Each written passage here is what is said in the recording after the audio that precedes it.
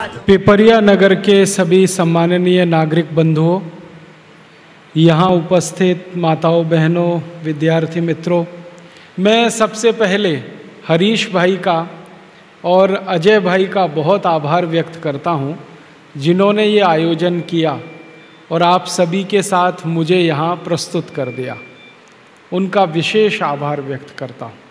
उसके अलावा भारत स्वाभिमान की जो पूरी टीम है, विवेक भाई जो मेरे साथ मंच पर बैठे हैं, प्रांतीय प्रभारी, इनका आभारी हूँ। यही मुझे आपके पास तक लेके आए हैं, भोपाल से यहाँ तक। इनके सहयोगी श्री दीपेंद्र भाई का आभार व्यक्त करता हूँ। श्री प्रणपाल जी का आभारी हूँ।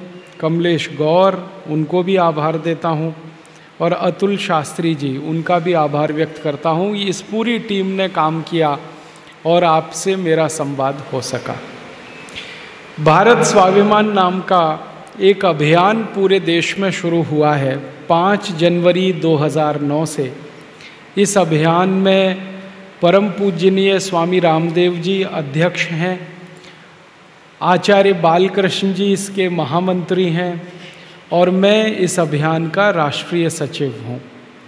इस अभियान में पूरे भारत देश के कम से कम 2.5 से 3 लाख योग शिक्षक जुड़े हुए हैं और आने वाले समय में 11 से 12 लाख योग शिक्षक इस अभियान से जुड़ जाएंगे, ऐसी हमारी कोशिश और तैयारी चल रही है।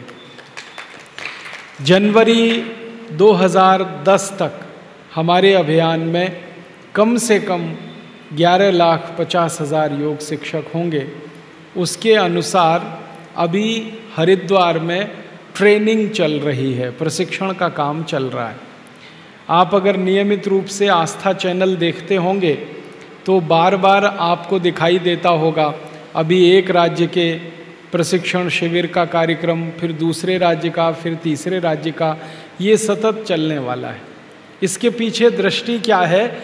हमें संगठन बनाना है और 11.5 लाख योग शिक्षक तो सीधे सीधे तैयार करने हैं। इसके अलावा उम्मीद है कि 5 करोड़ भारतवासियों को हम हमारे अभियान के साथ सदस्य के रूप में जोड़ पाएंगे इन शिक्षकों की मदद से। अब आप पूछेंगे कि हम क्या करने जा रहे हैं, क्यों इतना बड़ा संगठन बना रहे हैं, क्या ज़रूरत है भारत स्वाभिमान की। परम पूजनीय स्वामी रामदेव जी तो योग और प्राणायाम सिखाते थे, आपने देखा है, सुना है, समझा है।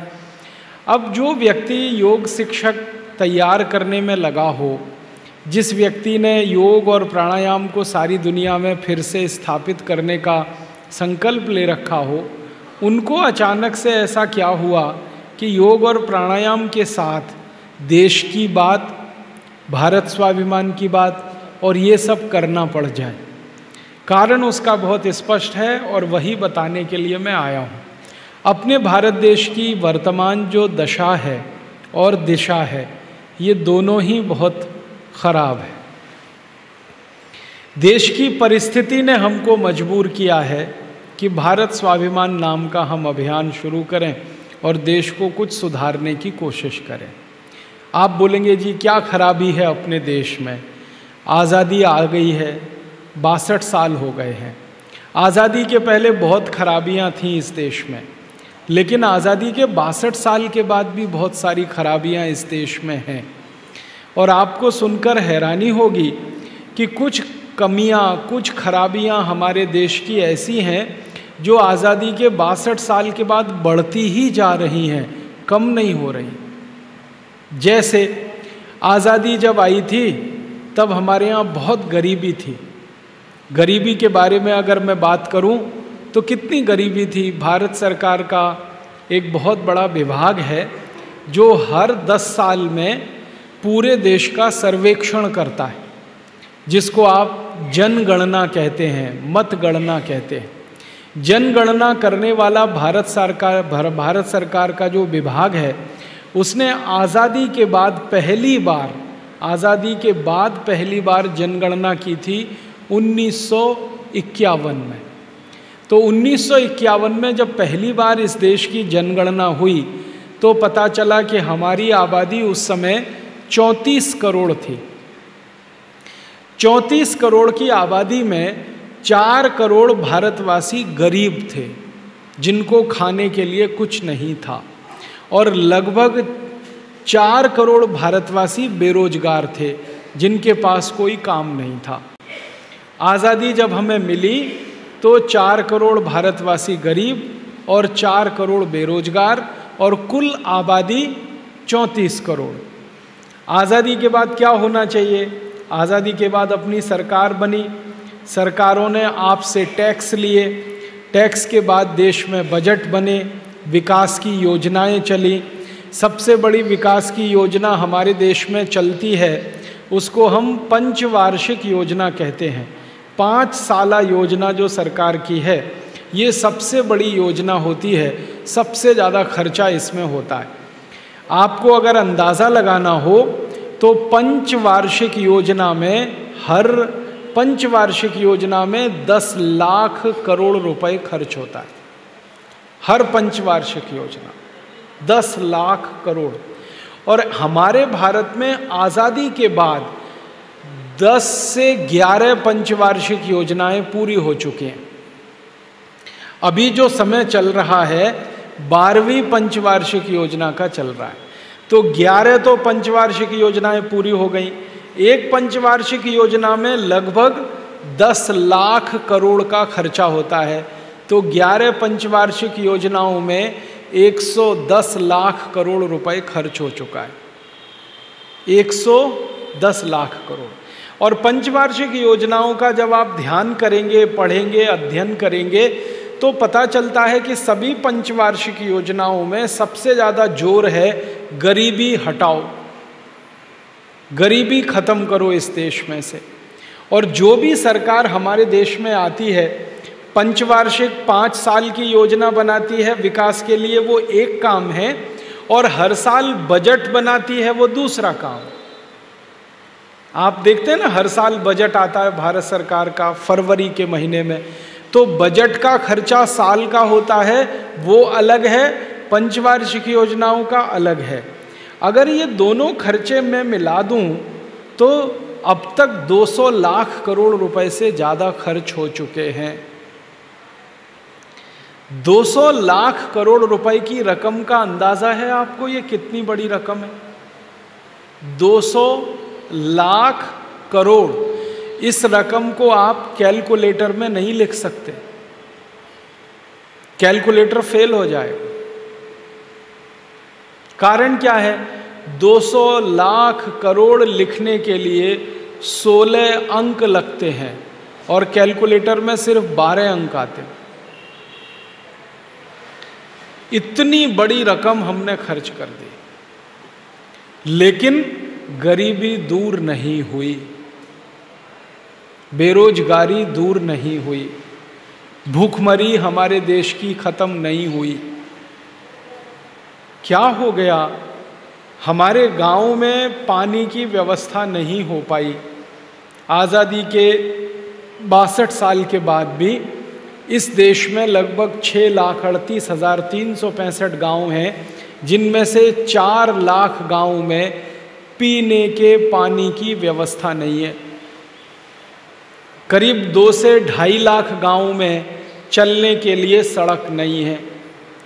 लगभग 3 लाख गांव में कोई चिकित्सा केंद्र नहीं है, कोई हॉस्पिटल नहीं है, कोई डॉक्टर नहीं है।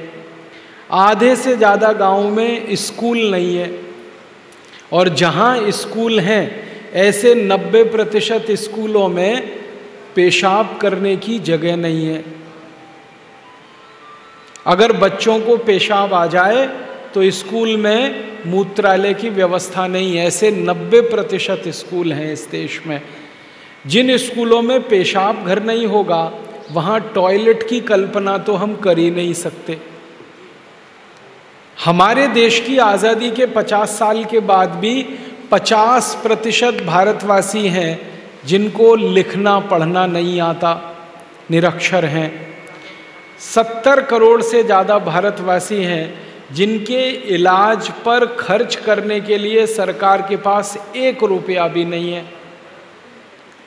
क्या हुआ है हमारे देश को? लाखों करोड़ों रुपए के हमने बजट बनाए, लाखों करोड़ों रुपए की हमने योजनाएं शुरू की इस देश में, और हर साल ये बजट बनता है, हर साल योजनाएं चलती हैं, गरीबी इस देश में कम नहीं होती। गरीबी के बारे में मैं आपको बताऊं, 1951 में 4 करोड़ गरीब थे, अब 2009 में 84 करोड़ गरीब हैं। अगर गणित का सीधा हिसाब निकालें, ये सब विद्यार्थी गणित पढ़ते हैं, 4 करोड़ गरीब थे, अब 84 करोड़ गरीब हो गए, तो गरीब कितने बढ़ गए? 80 करोड़। और अगर गुने में पूछूं मैं, कितने गुने बढ़ गए? 21 गुने बढ़े कि नहीं? 4 करोड़ से 84 करोड़, 21 गुने ज्यादा गरीब हो गए और 80 करोड़ ज्यादा गरीब हो गए। क्या हो गया? हमने तो गरीबी खत्म करने के लिए लाखों करोड़ों खर्च किए हैं, गरीबी तो बढ़ती जाती है। बेरोजगारों की बात करें, 1951 में इस देश में 4 करोड़ बेरोजगार थे, अब 2009 में 60 करोड़ हैं। तो बेरोजगारों की संख्या 56 करोड़ बढ़ गई। और अगर गुने में बात करें तो 15 गुने ज्यादा बेरोजगार हो गए लोग। तब आपके मन में ये आएगा कि गरीबी बढ़ गई, बेकारी बढ़ गई, भूखमरी बढ़ गई, तो ये शायद इसलिए होगा कि आबादी बढ़ गई इस देश की, जनसंख्या बढ़ गई इस देश की।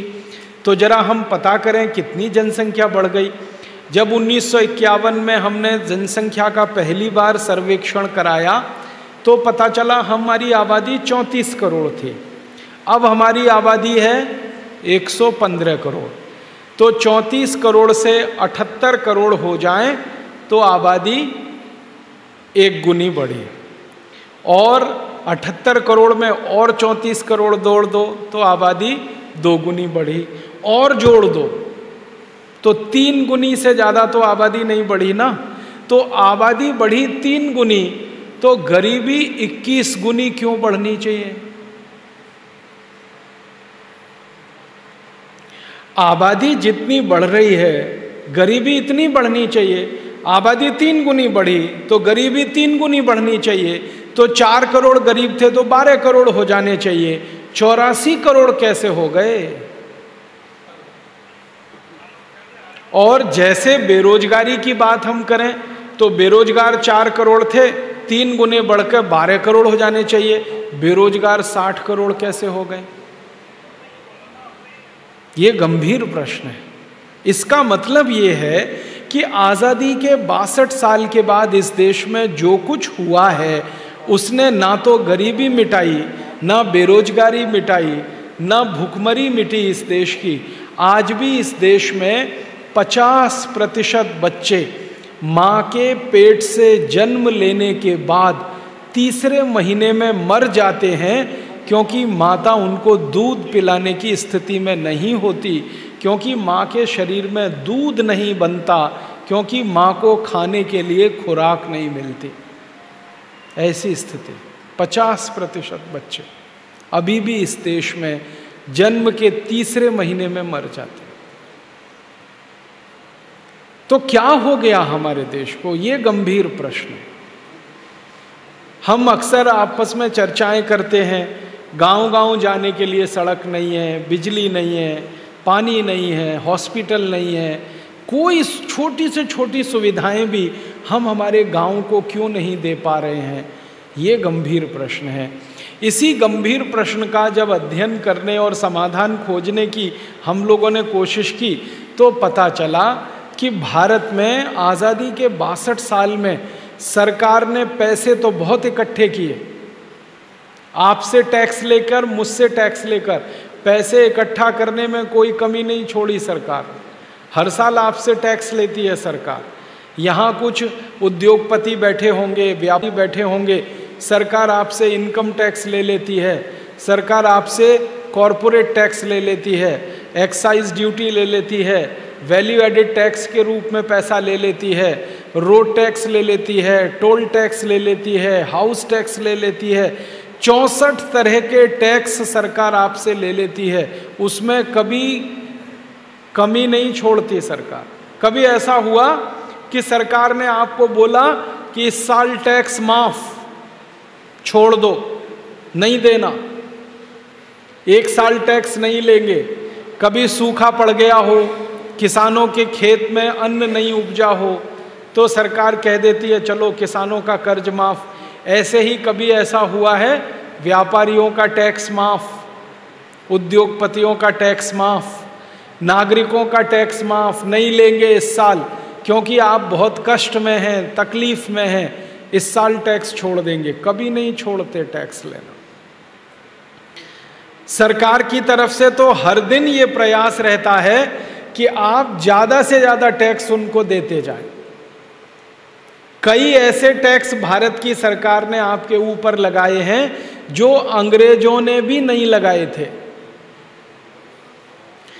हमारे देश में एक टैक्स है जिसका नाम है सर्विस टैक्स। ये कभी अंग्रेजों ने नहीं लगाया, लेकिन भारत सरकार ने लगा दिया आपके ऊपर। ऐसे बीसियों तरह के टैक्स जो कभी अंग्रेज भी नहीं लेते थे, वो भी सरकार हमसे ले रही है।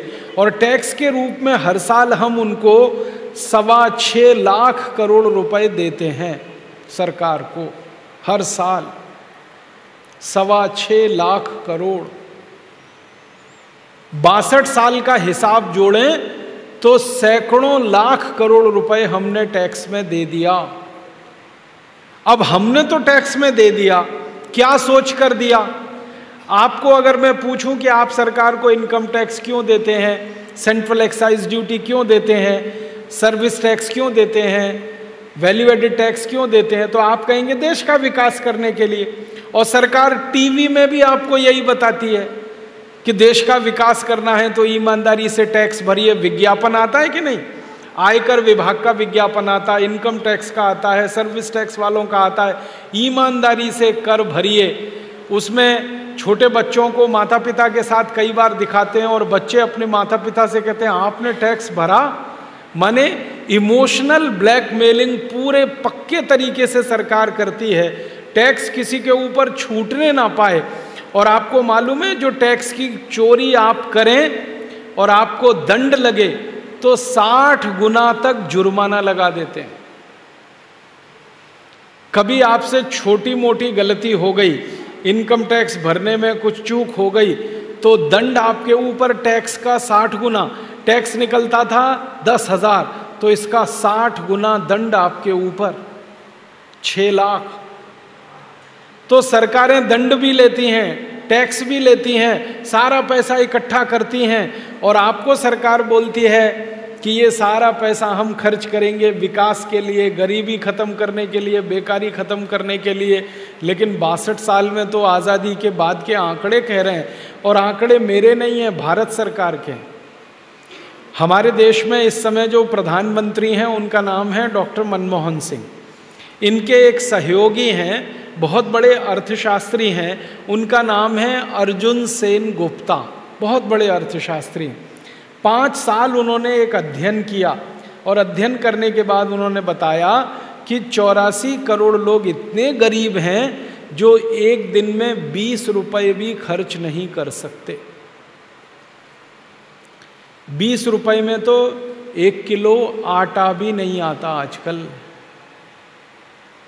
1 किलो सब्जी भी नहीं आती, 1 किलो दाल भी नहीं आती। कुछ दालें अगर खरीदनी पड़े तो 20 रुपए में 1 पाव आ जाएगी, 250 ग्राम। 80-80 रुपए किलो की दालें हो गई हैं, 50-60 रुपए किलो की सब्जियां हो गई हैं। 20 रुपए में तो पानी की बोतल 1 लीटर की, 20 रुपए लीटर दूध। माने हमारे यहाँ आज़ादी के 62 साल में इतनी महंगाई बढ़ गई है, अब तो नमक 15 रुपए किलो आता है इस देश में, पैकेट में बंद। तो 20 रुपए जिनके पास एक दिन में खर्च करने के लिए नहीं है, ऐसे 84 करोड़ लोग हैं इस देश में, तो वो क्या खाते होंगे, क्या पहनते होंगे, क्या जमीन पे बिछाते होंगे, कैसे उनके बच्चे पढ़ते होंगे, कहाँ उनका इलाज होता होगा। आप सोचें तो हृदय में हाहाकार मचता है। क्या हो गया हमारे देश को? क्यों नहीं गरीबी दूर होती? क्यों गरीबी बढ़ रही है? बेकारी दूर क्यों नहीं हो रही है? लाखों करोड़ों रुपए के टैक्स हम सरकार को दे रहे हैं, फिर भी विकास का काम नहीं हो पा रहा है। देश में कोई भी तकलीफ हमारी खत्म नहीं हो पा रही है।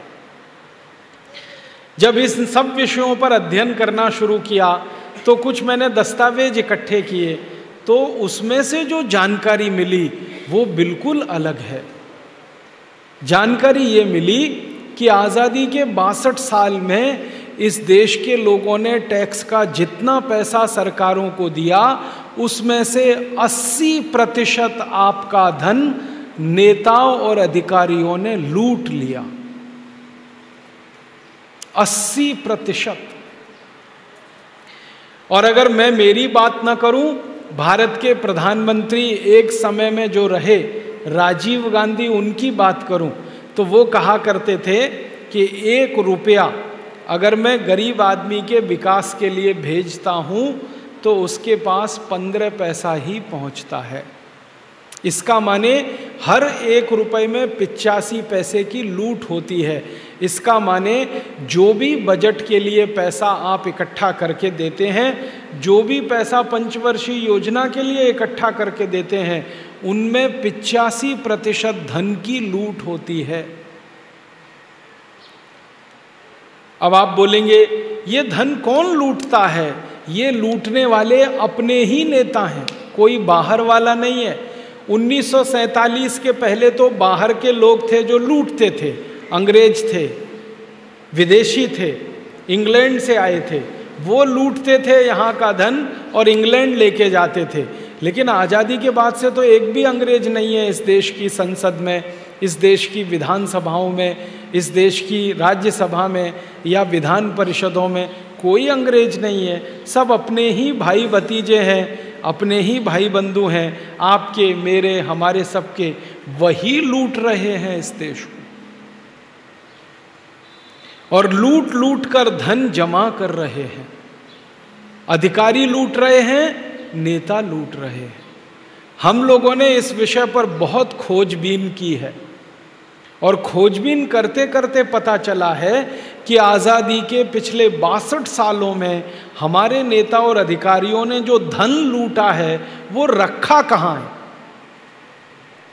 यहां तो नहीं रखते, यहां रखेंगे तो पकड़ जाएंगे, कभी भी इनकम टैक्स का छापा पड़ जाएगा। तो नेता धन लूटते हैं, अधिकारी धन लूटते हैं, यहां नहीं रखते, दूसरे देशों में ले जाके जमा करते। अब दूसरे देशों में ले जाके जमा करते हैं तो आप पूछेंगे किन देशों में जमा करते हैं? दुनिया में एक देश है बहुत छोटा सा, हमारे तो एक जिले से भी छोटा देश है, उसका नाम है स्विट्जरलैंड। वहां कुछ बैंक हैं स्विट्जरलैंड में, जैसे अपने देश में बैंक है ना, भारतीय state bank, Punjab national bank, central bank, United commercial bank, UCO bank, और फिर बहुत सारी दूसरी जिला स्तर की सहकारी बैंक वगैरह वगैरह। ऐसी ये बैंकें दुनिया में सब देशों में हैं। तो एक देश है उसका नाम है स्विट्जरलैंड, वहाँ 36 बैंक हैं। अपने यहाँ तो उससे ज़्यादा है, लेकिन वो देश छोटा है, 36 बैंक हैं। उनके कुछ नाम हैं, एक बैंक का नाम है बैंक ऑफ स्विट्जरलैंड, दूसरी का नाम है बैंक ऑफ ज्यूरिख, फिर एक है बैंक ऑफ स्वाजीलैंड। ऐसी 36 बैंकें हैं। उन बैंकों में हमारे नेता और अधिकारी पैसा लूटकर जमा करते हैं। आप बोलोगे उसमें खाता खुल जाता है? हाँ, खाता खुल जाता है, कोई भी खाता खोल सकता है, लेकिन जो खाता खोलता है उसका नियम है। जैसे आप अपने स्टेट बैंक में खाता खोलें तो स्टेट बैंक वाले क्या कहते हैं? कम से कम 500 रुपये जमा करो, कहते हैं ना, तभी खाता खुलेगा। स्विट्जरलैंड के बैंकों में नियम है कम से कम 10 करोड़ डॉलर जमा करो तब खाता खुलेगा, कम से कम 10 करोड़ डॉलर। तो इसका मतलब तो पक्का है कि स्विट्जरलैंड की बैंकों में खाता खोला है अगर किसी ने, तो कम से कम 10 करोड़ डॉलर तो है उसके पास, और $1 में 50 रुपया होता है तो 10 करोड़ डॉलर का मतलब हो गया 500 करोड़ रुपया। माने 500 करोड़ रुपए से कम अगर किसी के पास है तो वो तो खाता ही नहीं खोल सकता। अब स्विट्जरलैंड की बैंकों में ऐसे 80,000 खाते खुले हुए हैं। 80,000 किसके हैं? भारत के नेताओं के और अधिकारियों के। आप बोलेंगे जी इनके नाम बता दो, बताने वाले हैं हम, थोड़े दिन इंतजार करो। हमने पूरी खोजबीन कर ली है, एक एक का नाम पता किया है, एक एक का। आप बोलेंगे कैसे पता किया? वो जो बैंक वाले हैं ना, जो खाता खुलवाते हैं, वो बताते नहीं, वो गुप्त रखते, कोई जानकारी वो देते नहीं। तो फिर हमने कैसे पता किया? वो तो बताते नहीं किसी को, तो हमने कैसे पता किया? हमने ऐसे पता किया कि दिल्ली के हवाई अड्डे से, बंबई के हवाई अड्डे से, मद्रास के हवाई अड्डे से, कलकत्ता के हवाई अड्डे से, बड़े बड़े हवाई अड्डों से कौन कौन स्विट्जरलैंड जाता है इसका पता करो। तो उसकी पूरी सूची निकाली हवाई अड्डों से। हवाई अड्डों से पता चला, लाखों लोगों की सूची निकल आई। फिर उसमें से हमने छांटना शुरू किया कि इसमें यह पता करो कि हर महीने कौन कौन जाता है, हर महीने कौन जाता है, 15 दिन में कौन जाता है, 20 दिन में कौन जाता है, 25 दिन में कौन जाता है, पता करो। क्योंकि घूमने वाला आदमी स्विट्जरलैंड जाएगा। कोई कहता जी मैं तो घूमने गया था, ठीक है भाई, तुम घूमने गए थे तो साल में कितनी बार घूमने कोई जाएगा? एक बार, बहुत जाएगा 2 बार। ज्यादा लोग जो घूमने जाते हैं वो मुझे कहते हैं कि राजीव भाई एक बार स्विट्जरलैंड चले जाओ तो दोबारा जाने का दिल नहीं होता। क्यों? कुछ है ही नहीं वहां, कुछ ऐसा खास नहीं है। वो कहते हैं स्विट्जरलैंड से सुंदर तो अपना पंचमढ़ी है, स्विट्जरलैंड से सुंदर तो अपना शिमला है, स्विट्जरलैंड से सुंदर तो जम्मू कश्मीर है, स्विट्जरलैंड से सुंदर तो उत्तराखंड है। हिंदुस्तान में ऐसी 100 से ज़्यादा जगह हैं जो स्विट्जरलैंड से ज़्यादा सुंदर हैं। जो आदमी ने वो देखी नहीं है उनको स्विट्जरलैंड स्वर्ग लगता है, लेकिन जब इन जगहों को कोई देख लेता है वो कहता है स्विट्जरलैंड में तो कुछ नहीं है, हमारे यहाँ तो उससे ज़्यादा है। तो इसलिए जो घूमने जाता है वो एक बार के बाद दोबारा नहीं जाता, लेकिन जो बार बार जाता है, हर महीने में 2 बार, 3 बार, 4 बार, कुछ तो ऐसे महान हैं हर हफ्ते जाते हैं। उनकी सूची जब हमने निकाली तो उसमें 80,000 नाम निकल आए। और फिर हमने जब उनकी खोज करना शुरू किया कि ये नाम का आदमी हिंदुस्तान में क्या काम करता है, तो पता चला नेतागिरी करता है। इस नाम का आदमी हिंदुस्तान में क्या काम करता है? अब कोई उद्योगपति है, बहुत बड़ा उद्योग चलाता है, व्यापारी है, बहुत बड़ा व्यापार करता है, और वो उस सूची में नाम में आता है, तो मुझे संतोष है कि भैया वो तो उद्योगपति है, व्यापारी है, उसका तो हजारों करोड़ का व्यापार है, उसका तो हजारों करोड़ का साम्राज्य है, वो स्विट्जरलैंड जाके पैसे रखता है, जमा करता है, तो समझ में आता है कि उसके पास तो हजारों करोड़ है, 10 कारखाने, 20 कारखाने, 50 कारखाने। लेकिन जो शुद्ध नेतागिरी करता है उसका नाम उस लिस्ट में जो देखता हूं मैं तो खटकता है वो कि इसकी तो चाय की दुकान भी नहीं है और इसका नाम उस सूची में है, इसकी तो पान की भी दुकान नहीं है और इसका नाम वो स्विट्जरलैंड जाने वालों की सूची में है। तो मन में शक पैदा होता है कि नहीं? जिस आदमी ने जिंदगी में चाय की दुकान नहीं खोली, जिसने पान की दुकान नहीं खोली, जिसने कभी जिंदगी में किराने और परचून की दुकान भी नहीं खोली, जिसने कभी व्यापार नहीं किया, कोई उद्योग नहीं चलाया, उसका नाम जब स्विट्जरलैंड जाने वालों की सूची में आता है और हजारों करोड़ रुपए उनका वहां पड़ा हुआ है, तो पक्की बात है कि उन्होंने कहीं से लूटा है वो पैसा।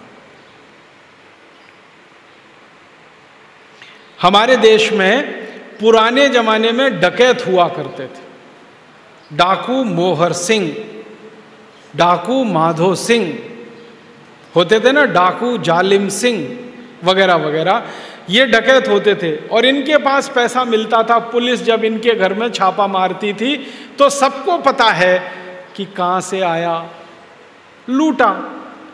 कभी एक गांव में जाके लूटा, कभी 2 गांव में, कभी 3 गांव में, कभी 1 परिवार, कभी 2 परिवार, कभी 5 परिवार।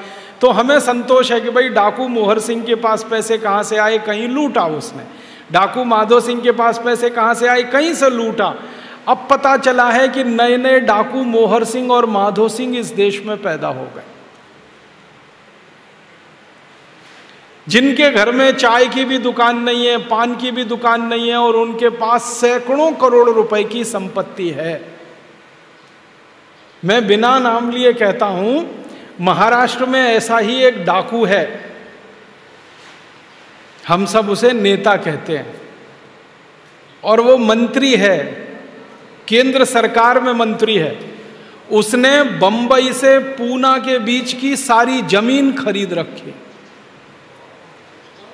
बंबई से पूना के बीच की सारी जमीन, लाखों हेक्टेयर की जमीन एक डाकू ने खरीद रखी। आप सोचो, ऐसे ऐसे 80,000 हैं। मैं तो एक की बात कर रहा हूं, 80,000, जिन्होंने लूट लूट के इस देश का पैसा स्विस बैंकों में जमा कर रखा है। तो मैं तो आपसे यही कहने आया, डाकू मोहर सिंह मरा नहीं है, डाकू माधो सिंह मरा नहीं है, डाकू जालिम सिंह मरा नहीं है, उन्हीं की आत्मा हमारे नेताओं में प्रवेश कर गई।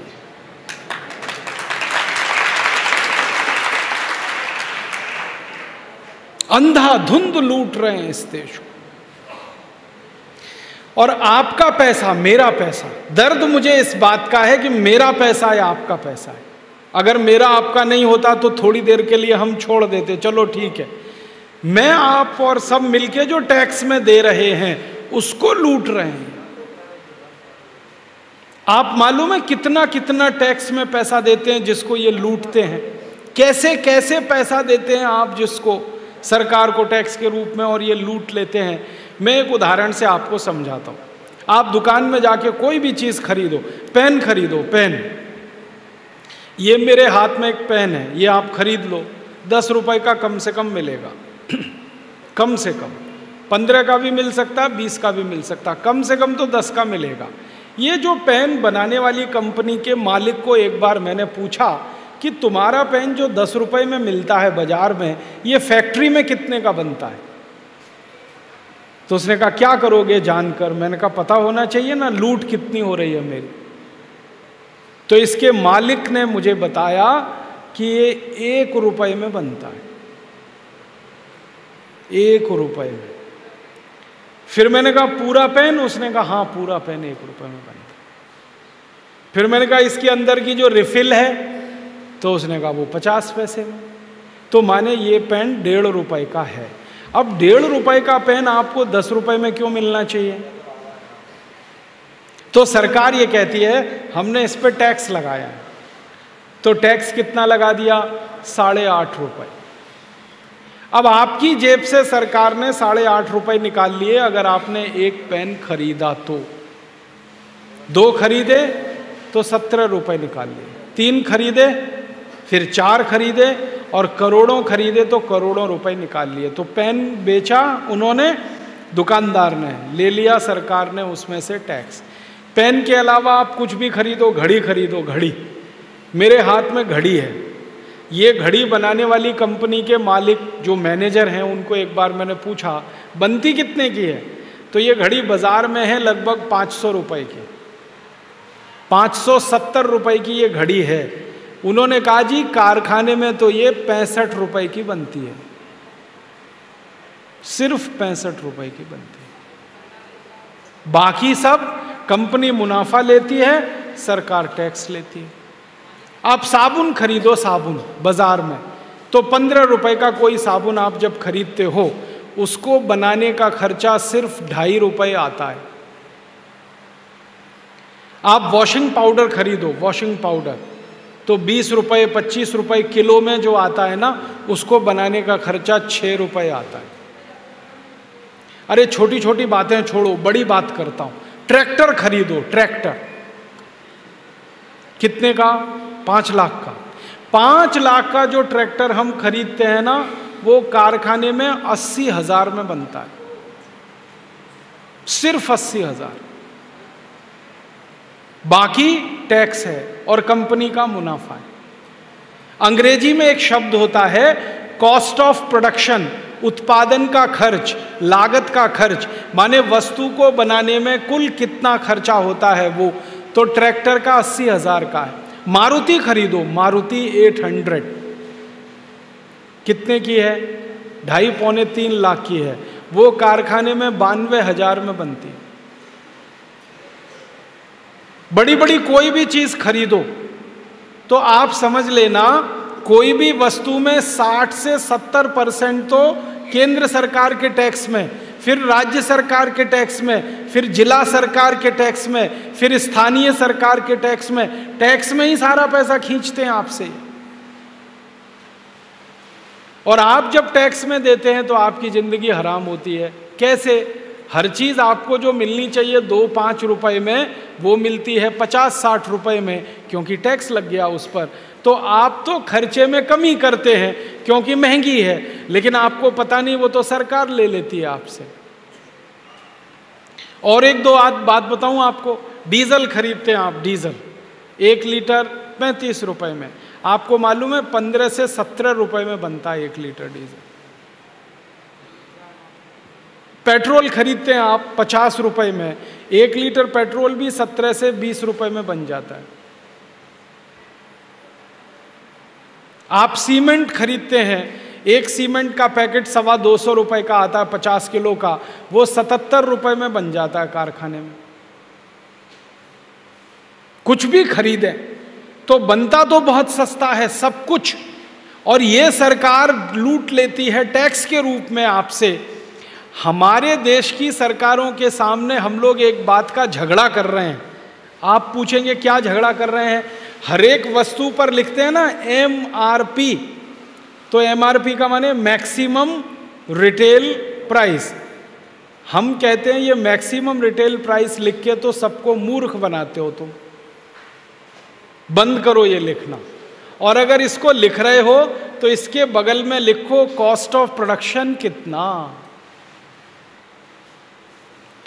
ये तो अधिकतम मूल्य लिख दिया, ये बताओ न्यूनतम मूल्य क्या है इसका। ये पानी की बोतल 15 रुपए में हमको देते हैं, बताओ तो सही बनती कितने की है? 3.5 रुपए की, और 15 में देते हैं हमको। आप जो दांत घिसने के लिए टूथपेस्ट लाते हैं ना बाजार से, 100 ग्राम आपको 30 रुपए का मिलता है, वो 3 रुपए में बनता है। अच्छे से अच्छा साबुन जो 40 रुपए का बाजार से आप खरीदते हैं, वो 6 रुपए में बनता है। चीजें बहुत सस्ती बनती हैं, लेकिन उन पर टैक्स लगा लगा कर इतना महंगा कर रखा है कि आपकी जेब से सब खींच के ले जाते हैं। तो मुझे दर्द इसी बात का है कि मैं हर चीज बाजार से महंगी खरीदता हूं, मेरे पैसे टैक्स में सरकार को देता हूं, सरकार के नेता और अधिकारी उसे लूटते हैं और ले जाकर विदेशी बैंकों में जमा करते हैं और मजा करते हैं। हम यहां भूखे मरते हैं, प्यासे मरते हैं, हमारे बच्चे भूखे मरते हैं, प्यासे मरते हैं, स्कूल पढ़ने नहीं जा सकते, बिना दवा के मर जाते हैं। ऐसी हमारी हालत है। और हमारे नेताओं को कभी भूख से मरते सुना? एक नेता का नाम बता दो जो भूख से मर गया हो। मैं आपको 100 के नाम बता सकता हूं जो ज्यादा खा के मर गए।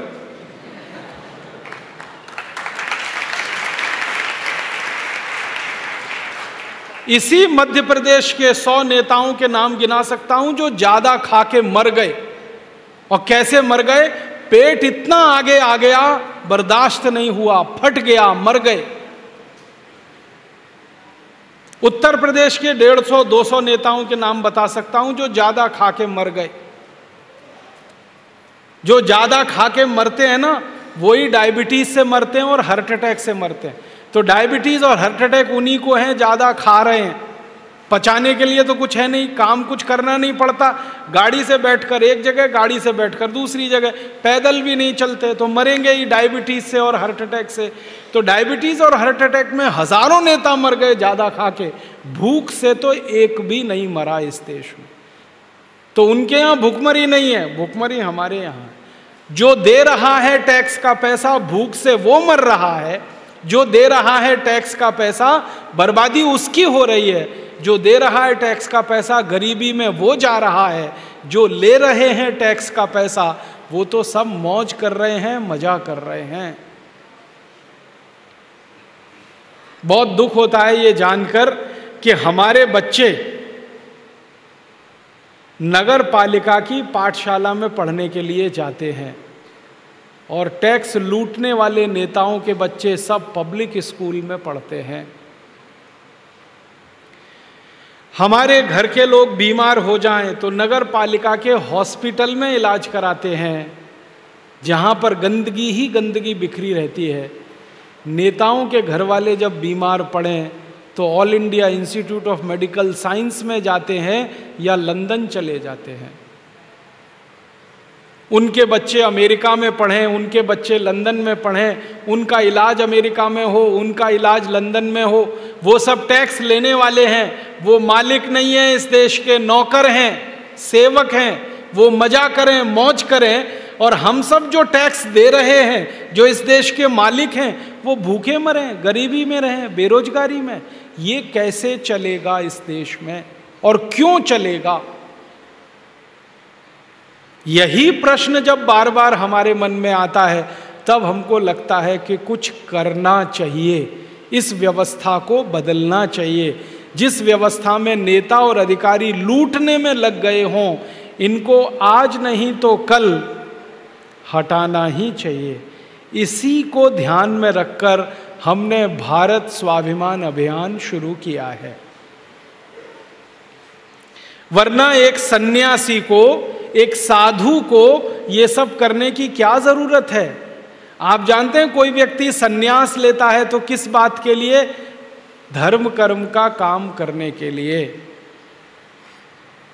तो स्वामी रामदेव जी तो सन्यासी हैं, 1995 में सन्यास ले लिया, तो उनका तो मूल काम है धर्म कर्म का। लेकिन उनके दिल में आग लगी हुई है इसी बात की कि मेरे देश के टैक्स देने वाले लोग भुखमरी में रहें, मारामारी करें, जिंदगी जीने के लिए रात दिन संघर्ष करें, उनको पानी भी ना मिले, उनको बिजली भी ना मिले, उनको स्वास्थ्य ना मिले, चिकित्सा ना मिले, और टैक्स लेने वाले जो नौकर और हमारे सेवक हैं वो मजा करें, सारे पैसे को लूट लूट कर विदेशी बैंकों में जमा करें, अपने ऊपर खर्च करें।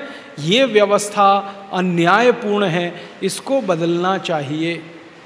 और इसी व्यवस्था को बदलने के लिए हमने ये भारत स्वाभिमान अभियान शुरू किया है। नेताओं की व्यवस्था और अधिकारियों की व्यवस्था जो 62 साल से हमको लूट रही है, और लूट लूट कर वो व्यवस्था तो करोड़पति अरबपति हो रही है, हम सब रोडपति हो रहे हैं। इस व्यवस्था को बदलने के लिए भारत स्वाभिमान अभियान शुरू किया है। मैं 80,000 नेताओं की जो बार बार बात कर रहा हूं, इनकी सारी संपत्ति का हमने हिसाब निकाला तो पता चला 20 साल पहले उनके पास टूटी साइकिल नहीं थी चढ़ने के लिए, टूटी साइकिल नहीं थी। कई नेता तो ऐसे हैं इस 80,000 की लिस्ट में कि 15-20 साल पहले अपनी जेब से 2 रुपया निकालकर चाय नहीं पी सकते थे, वो इतना भी नहीं था उनके पास। और आज हिंदुस्तान की सरकारों में मंत्री हो गए, या राज्य सरकारों में मंत्री हो गए, या विधायक हो गए, या सांसद हो गए, एमएलए एमपी हो गए, उसके बाद एक एक के पास हजारों करोड़ की संपत्ति। मैं बिना नाम लिए कहता हूं आपको, महाराष्ट्र में मुंबई के 3 नेता हैं उस 80,000 की लिस्ट में। तीनों दादर रेलवे स्टेशन के बाहर बैठकर पालक बेचते थे। पालक तो आप जानते हैं सब्जी, जब सीजन आता था तब पालक बेचते थे, जब सीजन आता था बथुआ बेचते थे। बथुआ आप सब जानते हैं, तो पालक बेचते थे, बथुआ बेचते थे, मेथी बेचते थे, मेथी गट्ठर बना बना के दादर रेलवे स्टेशन के बाहर। फिर कुछ बड़े नेताओं के चक्कर में आ गए, उनकी चापलूसी जी हजूरी करना शुरू किया। और हमारे देश में तो नेतागिरी ऐसे ही होती है, जो जितना बड़ा चापलूस वो उतना बड़ा नेता, और कोई योग्यता नहीं चाहिए। कोई बड़े नेता के आगे पीछे घूमना शुरू कर दो, चापलूसी जी हजूरी करना शुरू कर दो, उसको टिकट मिल जाएगा। इन तीनों को टिकट मिल गया ऐसे ही। ये एमएलए हो गए, फिर बाद में सांसद हो गए, राज्य में मंत्री हो गए, केंद्र में मंत्री हो गए। और वो तीनों भाजी बेचने वाले, सब्जी बेचने वाले नेताओं की एक एक की संपत्ति इस समय 20,000 करोड़ से ऊपर की है। ताली मत बजाओ इस पे। एक एक की संपत्ति 20,000 करोड़ की। कहां से लाए भाई? तो जब भी मैं उनसे मिला और एक ही सवाल मैंने पूछा कि भाई 20 साल पहले तो आप वहां दादर में बैठ के भाजी बेचते थे। हाँ बेचते थे। अब 20,000 करोड़ कहां से आ गया? भाजी बेचने वाला 20,000 करोड़ 20 साल में कमा लेता है? तो कहते हैं जी ईश्वर ने दे दिया। उस ईश्वर को और बदनाम करते हैं, ईश्वर ने दे दिया। तो ईश्वर ने उनको ही दिया, आपको नहीं दिया, मुझे नहीं दिया, इतने लोगों को नहीं दिया, उन्हीं को दिया। और एक की कहानी सुनाता हूं। दो नेता 80,000 की लिस्ट में हैं। नासिक में एक सिनेमा घर है, वहां टिकट ब्लैक करते थे 15 साल पहले। सिनेमा घर के बाहर खड़े होके टिकट ब्लैक करते थे। और आज उन दोनों की संपत्ति 12 से 13,000 करोड़ की। तो कोई सब्जी बेचता था, कोई टिकट ब्लैक करता था, खाने को नहीं था, चाय पीने को पैसे नहीं थे, चलाने को साइकिल जिनके घर में नहीं थी, बाप दादों ने जिनके लिए कोई संपत्ति कभी नहीं छोड़ी, आज हजारों हजारों करोड़ की संपत्ति के मालिक हो गए। कहां से हुआ? लूट कर उन्होंने ये पैसा जमा किया। लूटा कहां से? आपका पैसा, मेरा पैसा जो खजाने में जमा होता है टैक्स का, उसमें से लूटा। और कितना लूटा? जो कुल हमने जमा किया उसका कम से कम 85%। तो अब हिसाब समझ में आता है। 62 साल आजादी के हमने लाखों करोड़ों का जो टैक्स दिया, उसका 85% लूट लिया इन नेता और अधिकारियों ने और जमा। मैं आपको एक अधिकारी की बात और सुना देता हूं। नेताओं का तो हो गया। मैं उत्तर प्रदेश में मेरा जन्म हुआ। अभी थोड़े दिन पहले उत्तर प्रदेश के एक अधिकारी को जेल हुई है। उसका तो नाम बता देता हूं, कोई हरकत नहीं, क्योंकि अब तो वो जेल चला गया और अदालत ने भी कह दिया कि इसके नाम के साथ अब कोई दिक्कत नहीं है बताने में। उसका नाम है अखंड प्रताप सिंह। नाम बड़ा दुरुस्त है, अखंड प्रताप सिंह। उत्तर प्रदेश सरकार में वो आदमी चीफ सेक्रेटरी था, कैबिनेट सेक्रेटरी। समझते हैं, इससे ऊंची कोई पोस्ट नहीं होती। आईएएस अधिकारी होते हैं ना, सबसे ऊंचे माने जाते हैं। आईएएस अधिकारी की आखिरी पोस्ट यही होती है, कैबिनेट सेक्रेटरी या चीफ सेक्रेटरी। अखंड प्रताप सिंह इस पोस्ट पर रहा। तो उसके घर में इनकम टैक्स वालों की और सीबीआई के जब छापे पड़े तो 400 करोड़ रुपए की संपत्ति निकली। 400 करोड़। जिंदगी में 40 साल उसने नौकरी की। नौकरी में उसकी जो सबसे अधिकतम तनख्वाह होती है वो मैंने 40 साल की जोड़ दी, तो वो 90 लाख बैठती है। और घर में निकला 400 करोड़।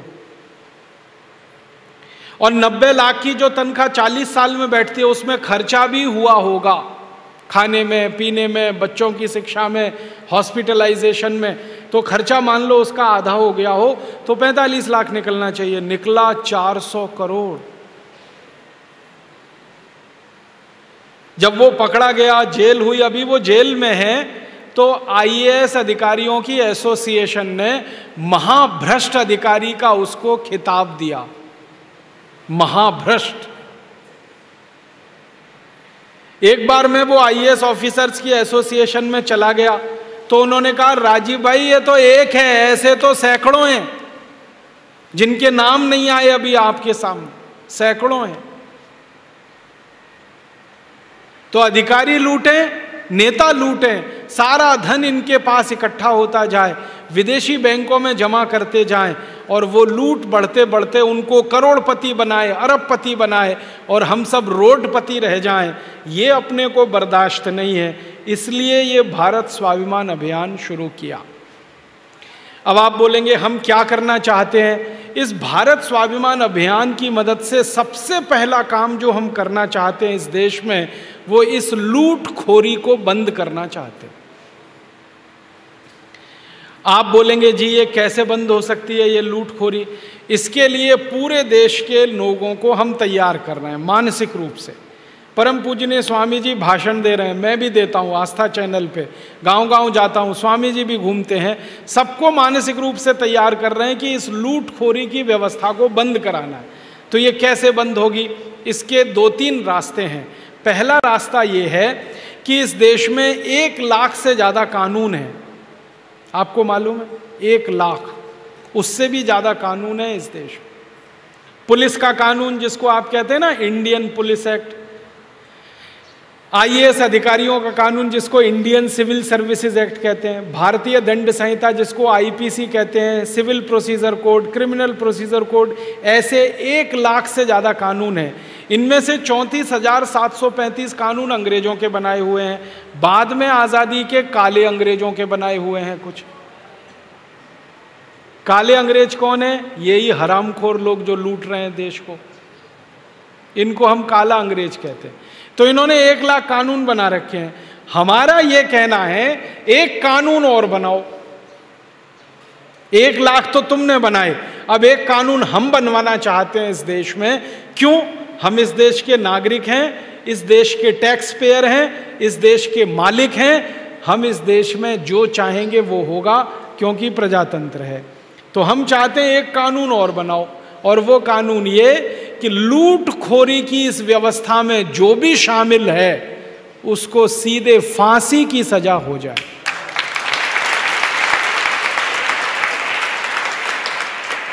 सीधे फांसी, और फांसी उसको जेल के अंदर नहीं, चौराहे पे। जेल के अंदर होगी तो कौन देखेगा? किसी को पता भी नहीं चलेगा। चौराहे पे हो, और किस चौराहे पर? जहां का वो है।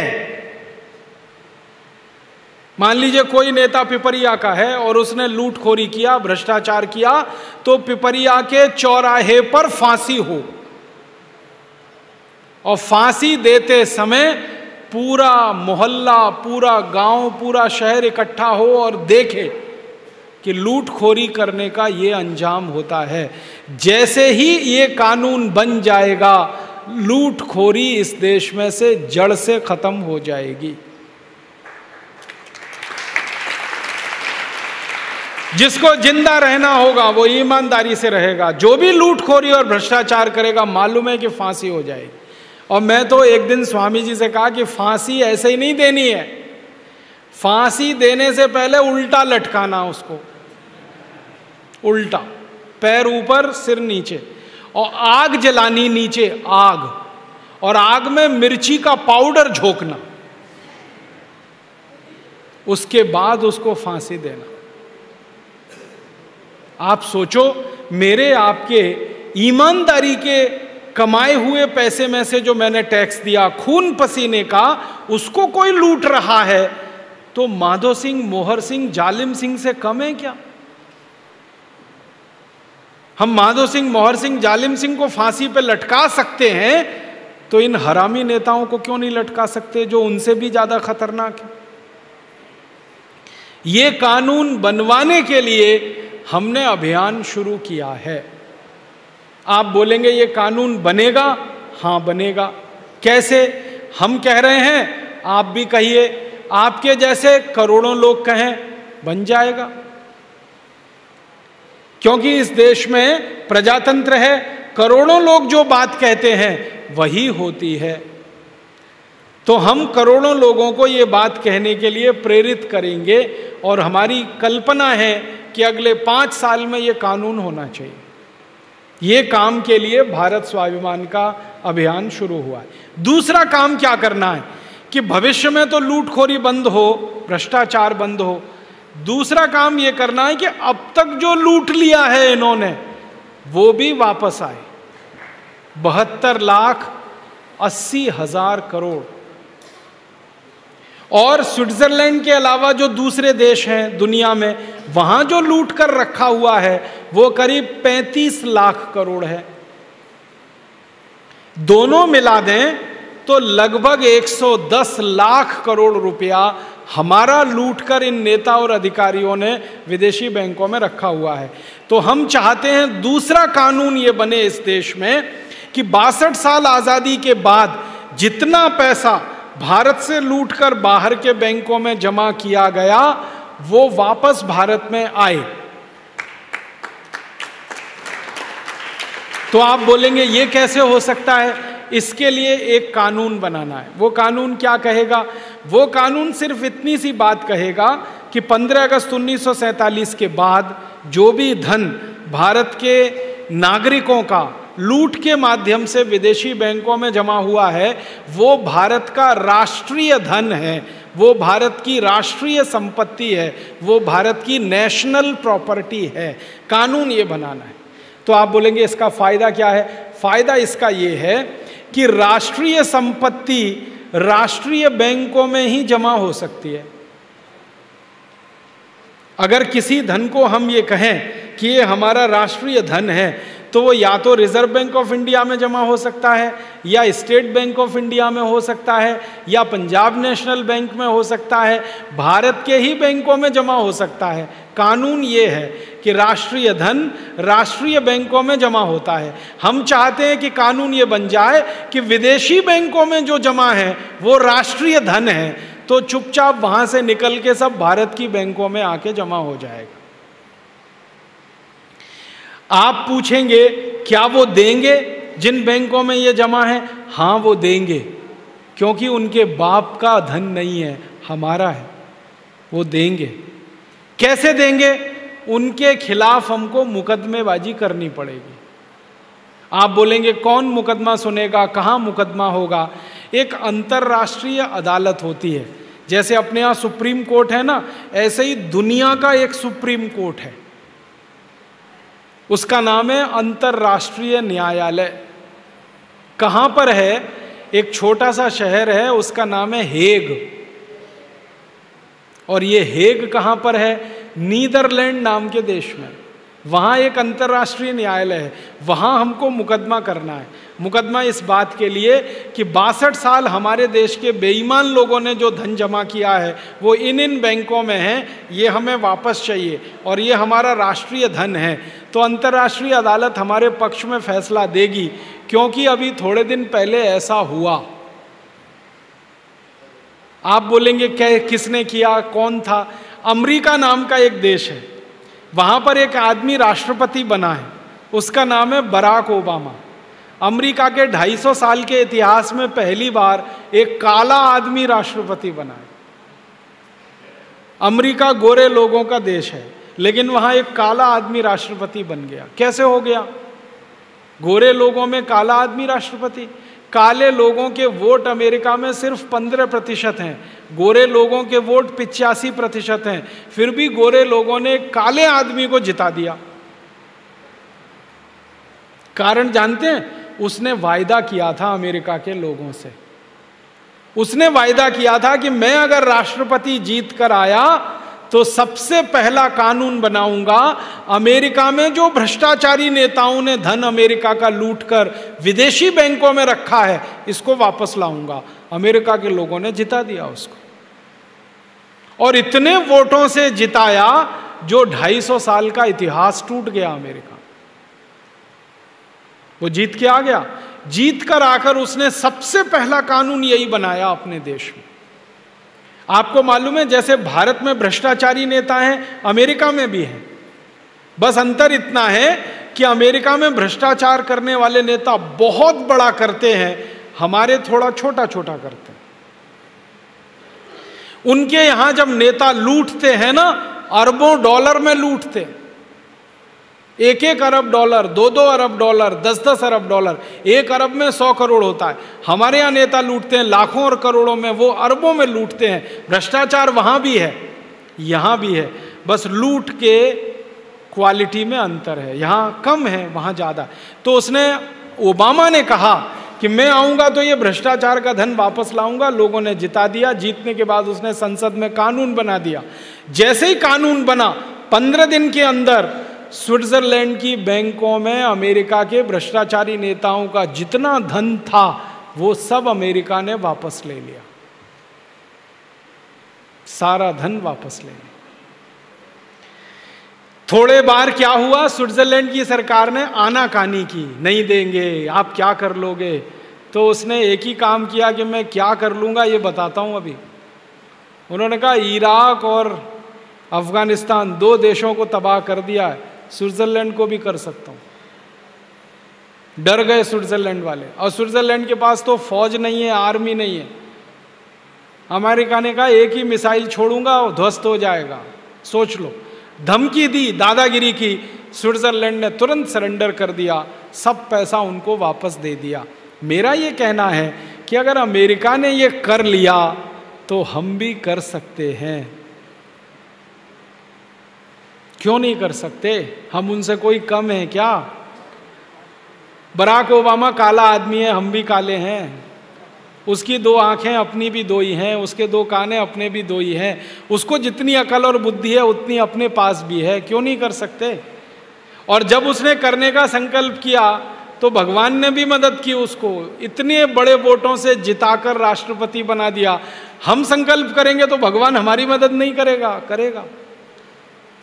तो हम भी कर सकते हैं। और हमारे पास ये करने के 4 रास्ते हैं। पहला रास्ता है कि अपनी संसद से कानून बनाएं हम और इस धन को राष्ट्रीय संपत्ति घोषित करें, सारा पैसा वापस आ जाएगा। क्यों?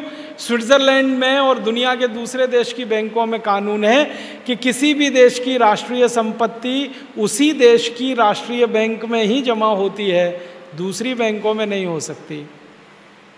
तो ये कानून की मदद मिलेगी। दूसरा रास्ता ये है कि हम भी दादागिरी करें, और कर सकते हैं। स्विट्जरलैंड तो छोटा सा देश है, 70-80 लाख की आबादी है। अगर हम दादागिरी पे ही उतर आए और 115 करोड़ हिंदुस्तानी खड़े होकर पेशाब भी कर दें तो स्विट्जरलैंड तो बह जाएगा उसमें।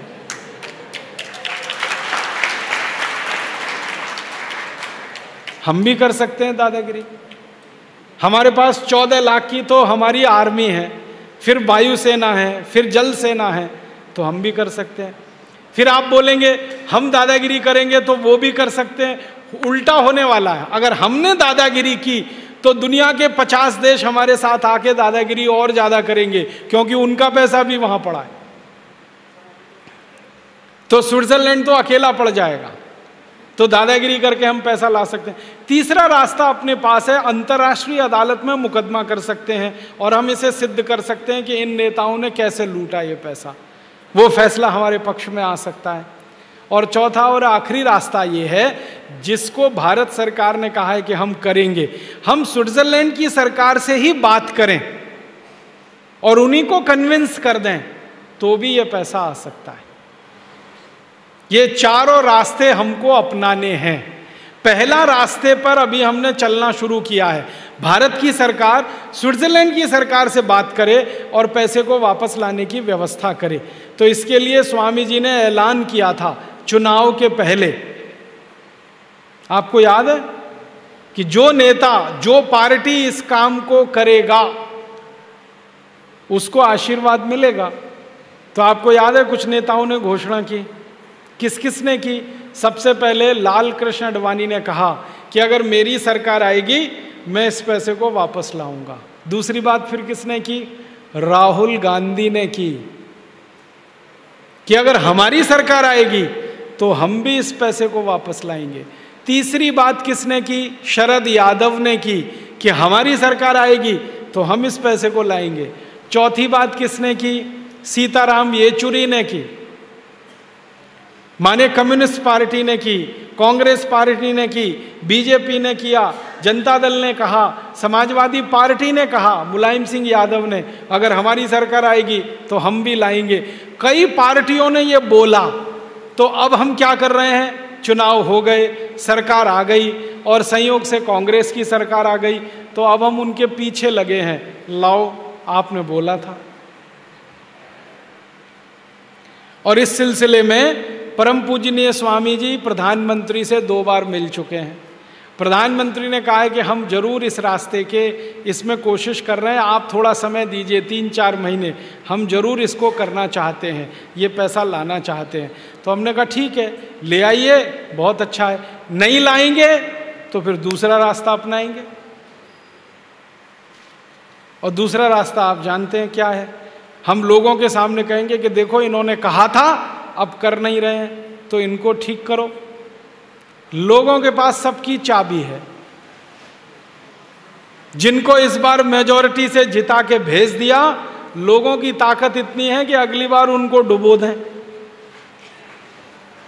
बड़े बड़े दिग्गज डूब गए इस देश में, बड़े बड़े दिग्गज। तो हम लोगों से कहेंगे डुबो दो, अब इनको, ये नहीं मान रहे हैं हमारी बात। तो अभी तो वो कह रहे हैं कि हम करेंगे करेंगे, अच्छा है करो भाई, नहीं करोगे तो चैन से तो नहीं सोने देंगे, अब उनको नींद हराम तो उनकी करके रखेंगे हम। तो ये रास्ते पर अभी हम चल रहे हैं।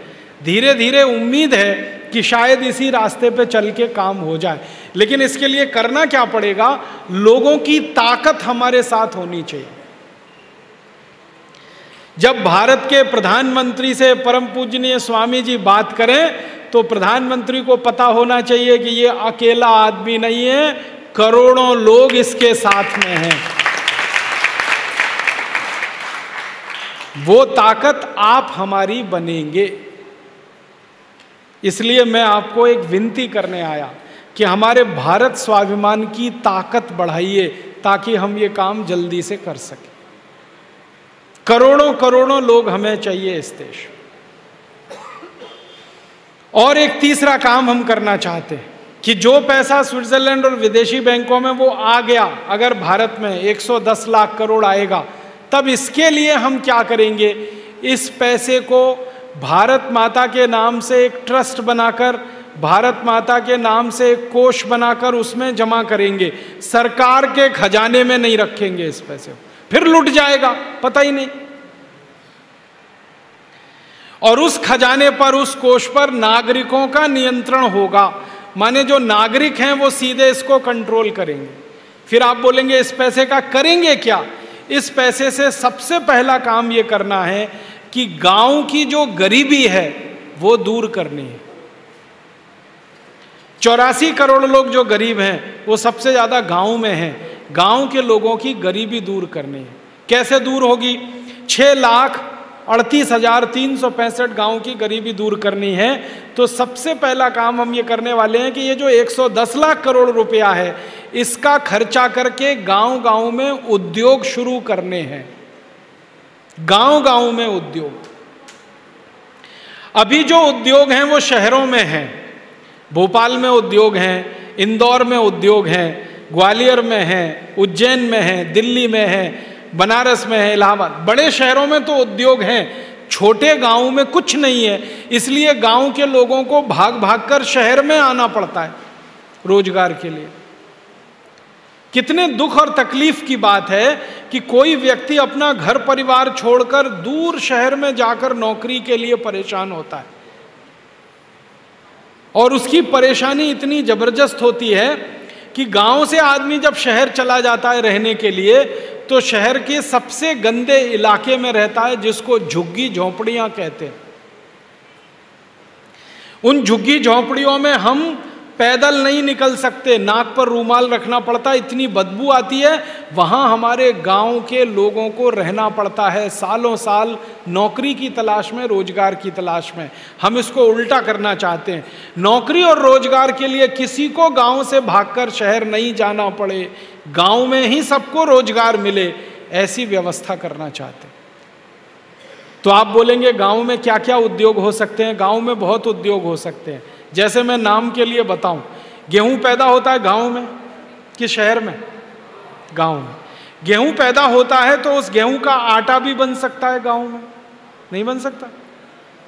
जो शहर में आटा बनाने की चक्कियां लग सकती हैं, फ्लोर मिल लग सकती है, वो गांव में भी लग सकती है? नहीं लग सकती। बिजली की व्यवस्था अगर गांव में हो जाए तो गेहूं से आटा बनाने का काम गांव में ही हो सकता है। अगर गेहूं का आटा बनकर गांव से शहर में बिकने को जाए तो गेहूं तो बिकता है 10-11 रुपए, आटा बिकता है 25 रुपए, तो किसानों को फायदा होगा कि नहीं? डबल। तो हम किसानों को क्या समझाना चाहते हैं? गेहूं पैदा करो, गेहूं मत बेचो, आटा बेचो, क्योंकि गेहूं बेचने में लाभ नहीं है, आटा बेचने में लाभ है। ऐसे ही दूध कहां होता है? गांव में। जानवर सबके पास गांव में। तो हम किसानों को कहना चाहते हैं कि दूध बेचना है तो दूध मत बेचो, दूध के सामान बना के बेचो।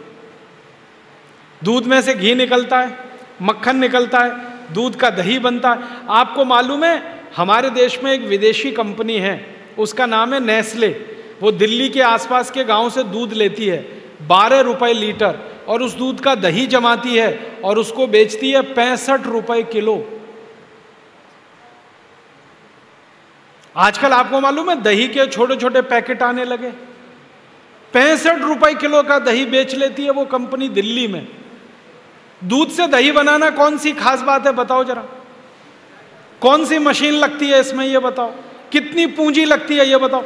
1 पैसा लगाए बिना, बिना कोई मशीन के हम दूध से दही बना सकते हैं। अब दूध से दही वो कंपनी बना सकती है तो किसान भी बना सकते हैं। तो हम किसानों को कहना चाहते हैं दूध नहीं दही बेचो, 65 रुपए किलो का बिकता है, दूध तो 12 रुपए किलो का है। दूध नहीं घी बेचो, 300 रुपए किलो बिकता है, दूध तो सिर्फ 12 रुपए किलो बिकता है। मक्खन बेचो, माने दूध से बनी हुई चीजें गांव से तैयार होकर शहरों में बिकें। कपास है, कपास गांव में होती है ना, तो कपास का सूत बनाए, गांव में हो सकता है। चरखा चलाने का काम इस देश के लोगों ने बहुत समय तक किया। गांधी जी के जमाने में गांव गांव चरखा चलता था, सूत बनता था। वो सूत से कपड़ा गांव में तैयार हो तो कपास ना बिके गांव से जाकर, कपड़ा बिके गांव से जाकर। कपास बिक जाती है 10-12 रुपए में, और उसी से कपड़ा तैयार करें और वो बेचें, वो बिकता है 70-80 रुपए में।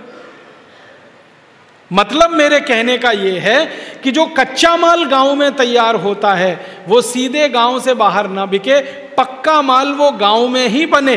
तो मैंने इसकी एक सूची बनाई तो पता चला 100 उद्योग हर गांव में लग सकते हैं। 100 कपड़ा बनाने का, दूध से दही बनाने का, गेहूं का आटा तैयार करने का, मसाले तैयार करने का, तेल तैयार करने का। सरसों तो गांव में ही होती है ना, तो तेल गांव में निकल सकता है, तेल के डिब्बे बन बन के शहर में बिक सकते हैं। तो 100 ऐसे उद्योग हर गांव में लग सकते हैं, और हर गांव में 100 उद्योग लग गए तो फिर बताओ रोजगार मिलेगा कि नहीं, बेकारी खत्म होगी कि नहीं? और जिसका रोजगार पक्का हो गया, जिसकी बेरोजगारी खत्म हो गई, उसकी गरीबी भी खत्म हो जाएगी। तो ये जो 110 लाख करोड़ रुपए हमें लाना है विदेशी बैंकों से, इस पैसे को गांव गांव के उद्योग लगाने के लिए खर्च करना है।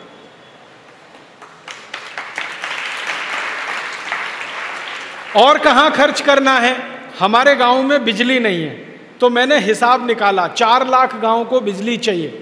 4 लाख गांव को बिजली चाहिए तो बिजली कितनी लगेगी? तो मैंने हिसाब निकाला करीब 50 से 60 हजार मेगावाट बिजली लगेगी।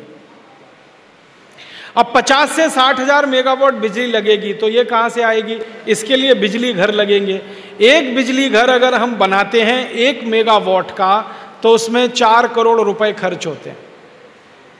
इसको सुनना ध्यान से, एक बिजली घर हम बनाते हैं 1 मेगावाट का तो 4 करोड़ खर्च होते हैं। 60 हजार मेगावाट के लिए बिजली घर लगाएं, 2.5 लाख करोड़ खर्च होगा। तो 2.5 लाख करोड़ माने 110 लाख करोड़ की हमें बिजली की व्यवस्था होगी। एक गांव, एक भी गांव ऐसा नहीं बचेगा जहां बल्ब ना हो और पंखा ना हो।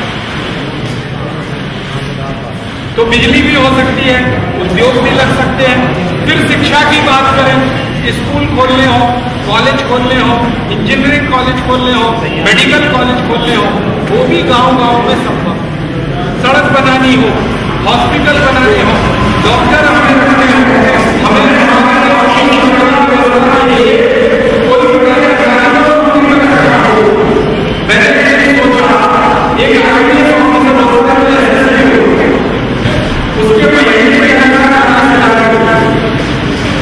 ठीक है, हम तो हिंदुस्तान के हर गांव में एक आईपीएस ऑफिसर नौकर रख सकते हैं, इतने पैसे अपने पास हैं गांव की सुरक्षा के लिए। आईपीएस ऑफिसर नौकर बन के रहेगा क्योंकि उसको 40,000 चाहिए। तो 110 लाख करोड़ तो इतनी बड़ी रकम है। एक दिन मैंने सोचा इस पूरी रकम को हम भारत के गांव पे खर्च कर दें तो ये 2 बार पूरी रकम खर्च हो सकती है और 2 बार भारत के एक एक गांव को सोने का गांव बना सकते हैं, समृद्धशाली, वैभवशाली, गौरवशाली बना सकते हैं। मैं सीधा ही हिसाब बताता हूं, 110 लाख करोड़ का सोना खरीदे ना, सोना, तो इतना सोना आता है कि 6,38,365 गांव की एक एक सड़क पर सोना बिछा सकते। इतनी बड़ी रकम है। तो गरीबी, भुखमरी, बेकारी सब खत्म हो सकता है अगर ये धन वापस आ जाए। तो अपने को यही काम करना है। इसी के लिए स्वामी जी ने अभियान शुरू किया है। अब आप बोलेंगे जी हम क्या करें, आप इसमें हमारी मदद करो। बिना आपकी मदद के ये काम नहीं हो सकता। अगर हो जाता तो मैं हरिद्वार से 2000 किलोमीटर चल के पिपरिया नहीं आता, वहीं बैठ के कर लेते ना हम ये काम। तो हरिद्वार से दिल्ली तो नजदीकी है ना, दिल्ली में बैठते ये काम करा लेते। हमें मालूम है नहीं होता। ये कब होगा, जब आपके जैसे करोड़ों करोड़ों लोग हमारी ताकत बन जाएंगे, फिर ये काम हम कराएंगे या फिर ये काम होगा। तो आप हमारी ताकत बनो। तो आप कहेंगे इसके लिए क्या करें, इस भारत स्वाभिमान के आप सदस्य हो जाओ, हमारी ताकत बढ़ जाएगी। इसके लिए सदस्यता फॉर्म बना हुआ है, आप ले लेना, स्थानीय समिति के पास है, वो भर के इनको दे देना। फिर क्या होगा, आप जब सदस्य हो जाएंगे तो फिर आपका प्रशिक्षण होगा, ट्रेनिंग होगी। वो ट्रेनिंग हरिद्वार में भी होगी और यहाँ भी होगी। हरिद्वार में ट्रेनिंग के लिए आपको बुलाएंगे तो स्वामी जी खुद ट्रेनिंग देंगे, यहाँ होगी तो मैं देने के लिए आऊँगा। ट्रेनिंग दे के आपको हम तैयार करेंगे और आप जब तैयार हो जाएंगे तो आप भी मेरी तरह से गांव-गांव जाएंगे और लोगों को ये बात समझाएंगे। और ज़्यादा लोगों को जब ये समझ में आएगी और ताकत बढ़ेगी तो सरकार तो झक मार के वही करेगी जो हम करवाएंगे। आपने एक वाक्य सुना है, कलयुग में सबसे बड़ी शक्ति संगठन में होती है। सतयुग जब होता था ना, सतयुग, राम जी का युग, तब सबसे बड़ी शक्ति राजा में होती थी, राज्य व्यवस्था में होती थी। कलयुग में सबसे बड़ी शक्ति संगठन में होती है। तो अभी कलयुग चल रहा है, सतयुग नहीं है। तो इस कलयुग के हिसाब से हमें संगठन की शक्ति बढ़ानी है और वो शक्ति की मदद से ये काम कराना है। आप मदद करेंगे? बहुत अच्छा। अगर आप मदद करेंगे तो मुझे भरोसा है, अगर पिपरिया जैसे छोटे गांवों में लोग मदद करेंगे तो बड़े शहरों में भी मदद करेंगे। तो आपकी एक मदद तो ये चाहिए कि आप हमारे संगठन के सदस्य बने जल्दी से जल्दी। फिर आपकी ट्रेनिंग के लिए या तो हरिद्वार बुलाएंगे आपको, नहीं तो यहीं पर ट्रेनिंग देने के लिए मैं आऊँगा या हमारे दूसरे सहयोगी आए। दूसरी एक मदद और कर दीजिए आप। दूसरी क्या मदद कर दें? अपने देश की हालत बड़ी ख़राब है, मैंने कहा गरीबी, भुखमरी, बेकारी। एक और बुरा हाल है अपने देश का, वो भी सुना दूं आपको। अपने देश पे कर्जा बहुत हो गया है, बहुत कर्जा हो गया है। कारण क्या है? नेता इतने हरामी हैं, सब पैसा लूट लेते हैं, विदेशी बैंकों में जमा कर देते हैं, देश चलाने के लिए पैसा बचता ही नहीं है। तो थोड़ा बहुत जो देश का काम होता है ना, वो सब कर्जे से होता है। कर्जा बहुत हो गया। जब हम आज़ाद हुए थे 15 अगस्त 47 को, तो 1 पैसे का कर्ज नहीं था हमारे ऊपर। अब 34 लाख करोड़ रुपए का कर्जा हो गया। एक एक हिंदुस्तानी पर लगभग 33,000 रुपए का कर्जा है, एक एक हिंदुस्तानी पर। इस कर्जे से देश को मुक्त कराना है, नहीं तो देश डूब जाने वाला है इसमें। ये कर्जा हमने लिया है विदेशों से बहुत सारा, अब इसमें ब्याज देना पड़ता है। ब्याज के लिए लाखों करोड़ों रुपए लगते हैं, वो आपसे टैक्स के रूप में सरकार लेती है और देती है। अब इसकी समस्या क्या है ना, जैसे जैसे कर्ज बढ़ता जाता है हमारे देश का जो रुपया है ना, इसका दाम गिरता जाता है। ये समस्या है। पहले हमारा जो 1 रुपया था ना, वो अमेरिका के $1 के बराबर था 1947 में। 1 रुपया भारत का और अमेरिका का $1 दोनों बराबर थे, क्योंकि हमने कर्ज नहीं लिया था। अब कर्ज इतना हो गया है कि 50 रुपया अमेरिका के $1 के बराबर है। आप बोलेंगे ये रुपए की कीमत क्यों गिरती है कर्ज गिर लेने से? जो कर्ज देने वाला देश है अमेरिका और यूरोप, ये हमारे ऊपर शर्त लगाते हैं। जब हम उनसे कर्जा मांगते हैं कि कर्जा दे दो, तो कहते हैं तुम्हारे रुपए की कीमत कम करो तब देंगे। उनका क्या स्वार्थ है? उनका स्वार्थ ये है कि वो कर्जे में हमको $1 देते हैं, तो 1 रुपया $1 के बराबर है। जब कीमत गिर जाती है तो 50 रुपया हो जाता है, तो बदले में हमें उनको 50 रुपया देना पड़ता है, इसलिए उनको रकम ज़्यादा मिलती है, इसलिए उनका स्वार्थ है। तो वो रुपए की कीमत गिराते हैं, तो कीमत बहुत गिर गई है, 50 रुपया $1 हो गई है। अब इसमें बड़ा नुकसान हो रहा है देश को। नुकसान क्या हो रहा है? हम अमेरिका को कोई माल बेचें तो सस्ता बिकता है, हम अमेरिका से कोई माल खरीदें महंगा पड़ता है। उनको तो $1 का माल है जो भारत को बेचते हैं, हमारे लिए वो 50 रुपए का बैठता है, तो हम सस्ता बेचते हैं महंगा खरीदते हैं। इसमें व्यापार घाटा होता है, घाटे की पूर्ति के लिए फिर कर्ज लेना पड़ता है। इस चक्कर में हम फंस गए। तो इसमें आप और एक मदद कर दो देश की। आप बोलोगे जी क्या मदद करें? आप ऐसे सोचो कि अपने घर पे कर्ज हो जाए तो क्या करते हैं। हमारा घर कर्जे में डूब गया, अब क्या करेंगे? तो 2 ही रास्ते हैं, या तो घर की आमदनी बढ़ाकर कर्ज को वापस करेंगे, या घर का खर्चा कम करके पैसे बचा के कर्ज वापस करेंगे। 2 ही रास्ते हैं ना, या तो घर का खर्चा कम करें या घर की आमदनी बढ़ाएं। अभी ये दोनों काम अगर हम करें तभी देश बचता है।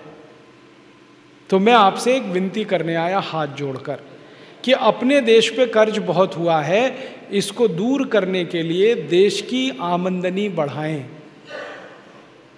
और देश का खर्चा घटाएं। खर्चा कम हो, आमदनी ज़्यादा हो। तो आप बोलेंगे खर्चा कैसे घटाएं? खर्चा घटाने का सरल तरीका ये है कि आपकी ज़िंदगी में फालतू काम जो आप करते हो वो मत करो, खर्चा नहीं हो। फालतू काम करना बंद कर दो, खर्चा नहीं होगा। आप बोलेंगे जी कौन से काम हैं जो हम फालतू करते हैं? सवेरे से शाम तक देखो ना कितने फालतू काम करते हो, जिनको ना करें तो भी जिंदा रह सकते हो आप। मैंने इस पर बड़ा अभ्यास किया कि एक एक आदमी इस देश में कितना पैसा बचा सकता है देश का, फालतू काम ना करे तो आप बोलो क्या क्या काम ना करें? तो छोटी छोटी बातें कहता हूं, अच्छी लगें तो आज से ही अपने जीवन में अपनाना। पहला फालतू काम जो हम सवेरे ही सवेरे करते हैं, जिसमें देश का 70,000 करोड़ रुपए खर्च हो जाता है, फालतू का है बिल्कुल, वो काम है चाय पीना। सवेरे ही उठ के चाय सुड़कने लगते, और कई तो ऐसे महान लोग हैं बिना टट्टी जाए चाय पीने लगते। वो तो मुझे कहते हैं कि चाय पियो नहीं तो टट्टी भी नहीं उतरती, संडास नहीं जा सकते, इसलिए चाय पहले पीते हैं। उनको बेड टी चाहिए, बिस्तर पे चाय चाहिए। और इसमें खर्चा कितना होता है? 1 किलो चाय 150 रुपए की है। हर साल भारत के लोग 70 करोड़ किलोग्राम चाय पी जाते हैं। सोचो कितना पैसा खर्च करते हैं फालतू में। और ये फालतू इसलिए भी है कि चाय पी पी के अपना शरीर खराब होता है। ज्यादा चाय पियोगे नशा हो जाएगा। नशा पता है किस बात का? रोज चाय पीनी पड़ेगी, एक दिन ना पिए तो सिर में दर्द हो जाएगा। बहुत लोग मुझे कहते हैं एक दिन भी चाय ना मिले तो सिर घूमने लगता है। तो ऐसा नशा किस काम का। और दूसरी समस्या, चाय पियो तो पेट खराब। चाय से पेट खराब पता है कैसे होता है? चाय में कुछ केमिकल हैं। एक केमिकल है उसका नाम है कैफीन, दूसरा है निकोटिन, तीसरा है टैनिन। ऐसे 18-20 केमिकल हैं चाय में। ये सब पेट में जाके अम्लता बढ़ाते हैं। अम्लता समझते हैं? एसिडिटी।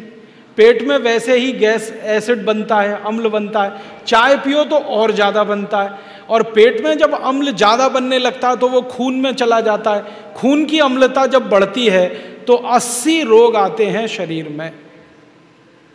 घुटने दुखना, कमर दुखना, कंधा दुखना, जोड़ों में दर्द होना, हृदयघात होना, हार्ट अटैक होना, फिर कई बार ब्रेन हेमरेज होना।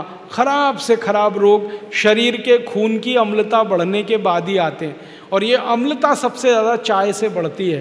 तो क्यों फालतू में पीना? मत पियो।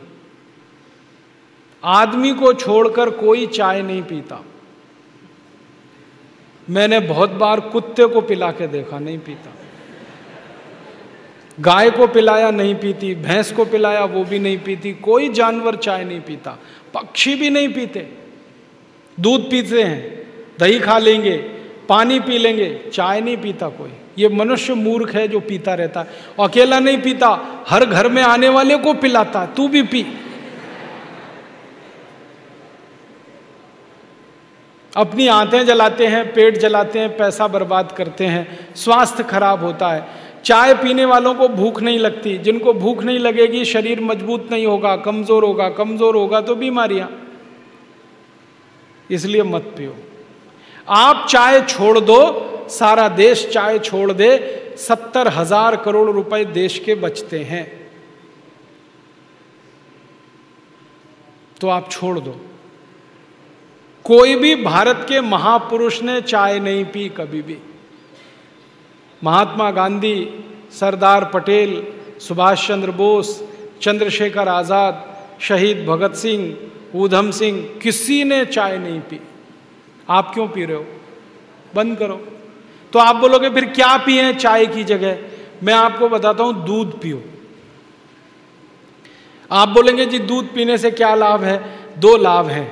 चाय बिकना अगर कम हो जाए, दूध बिकना बढ़ जाए, तो दूध बिकेगा तो जानवर ज़्यादा पालने पड़ेंगे, तो मुनाफा सब किसानों को मिलने लगेगा। और चाय का मुनाफा मिलता है ज़्यादा से ज़्यादा विदेशी कंपनियों को। हमारे देश में जो चाय बिक रही है ना, वो सबसे ज़्यादा बेचने वाली कंपनी है ब्रुक बॉन्ड, एक है लिप्टन, एक है टी सिटी, एक है ITC। ये सब विदेशी कंपनियां। तो ज़्यादा चाय बिकती है तो मुनाफा विदेशियों को मिलता है, ज़्यादा दूध बिकेगा, मुनाफा किसानों को मिलेगा। तो क्या अच्छा है? दूध बिके तो दूध पियो, चाय बंद करो। ठीक है? अब कुछ लोग कहते हैं चाय की तलब लगे तो क्या करें?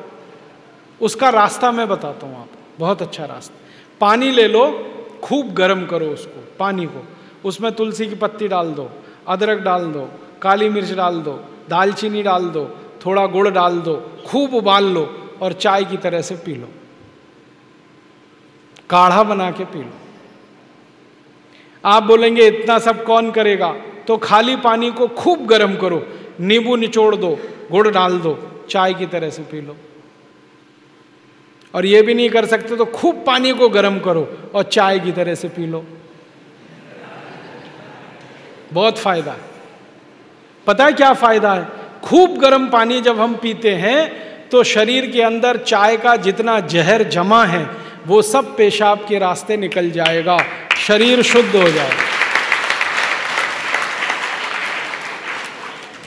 चाय छोड़ दो, ठीक है? बच्चे लोग तो छोड़ देंगे पक्का, और अपने मम्मी पापा की भी छुड़ा दो। आप बोलोगे तो माता पिता भी मानेंगे। और उनको बोलो दूध पियो।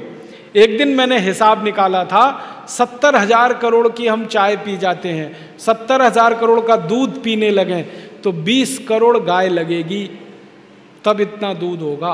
20 करोड़। और 20 करोड़ गाय आ गई मान लो, तो हर गाय साल में एक बार तो बच्चा देती है। तो इस देश में कितने करोड़ बैल हो जाएंगे, और इतने करोड़ बैल हो जाएंगे तो वो खेत में खेती के लिए काम आएंगे, तो ट्रैक्टर सब बंद हो जाएंगे। ट्रैक्टर बंद हुए तो ट्रैक्टर बेचने वाली कंपनियां भाग जाएंगी सब यहां से। डीजल का खर्चा भी बचेगा, ट्रैक्टर का पैसा भी बचेगा।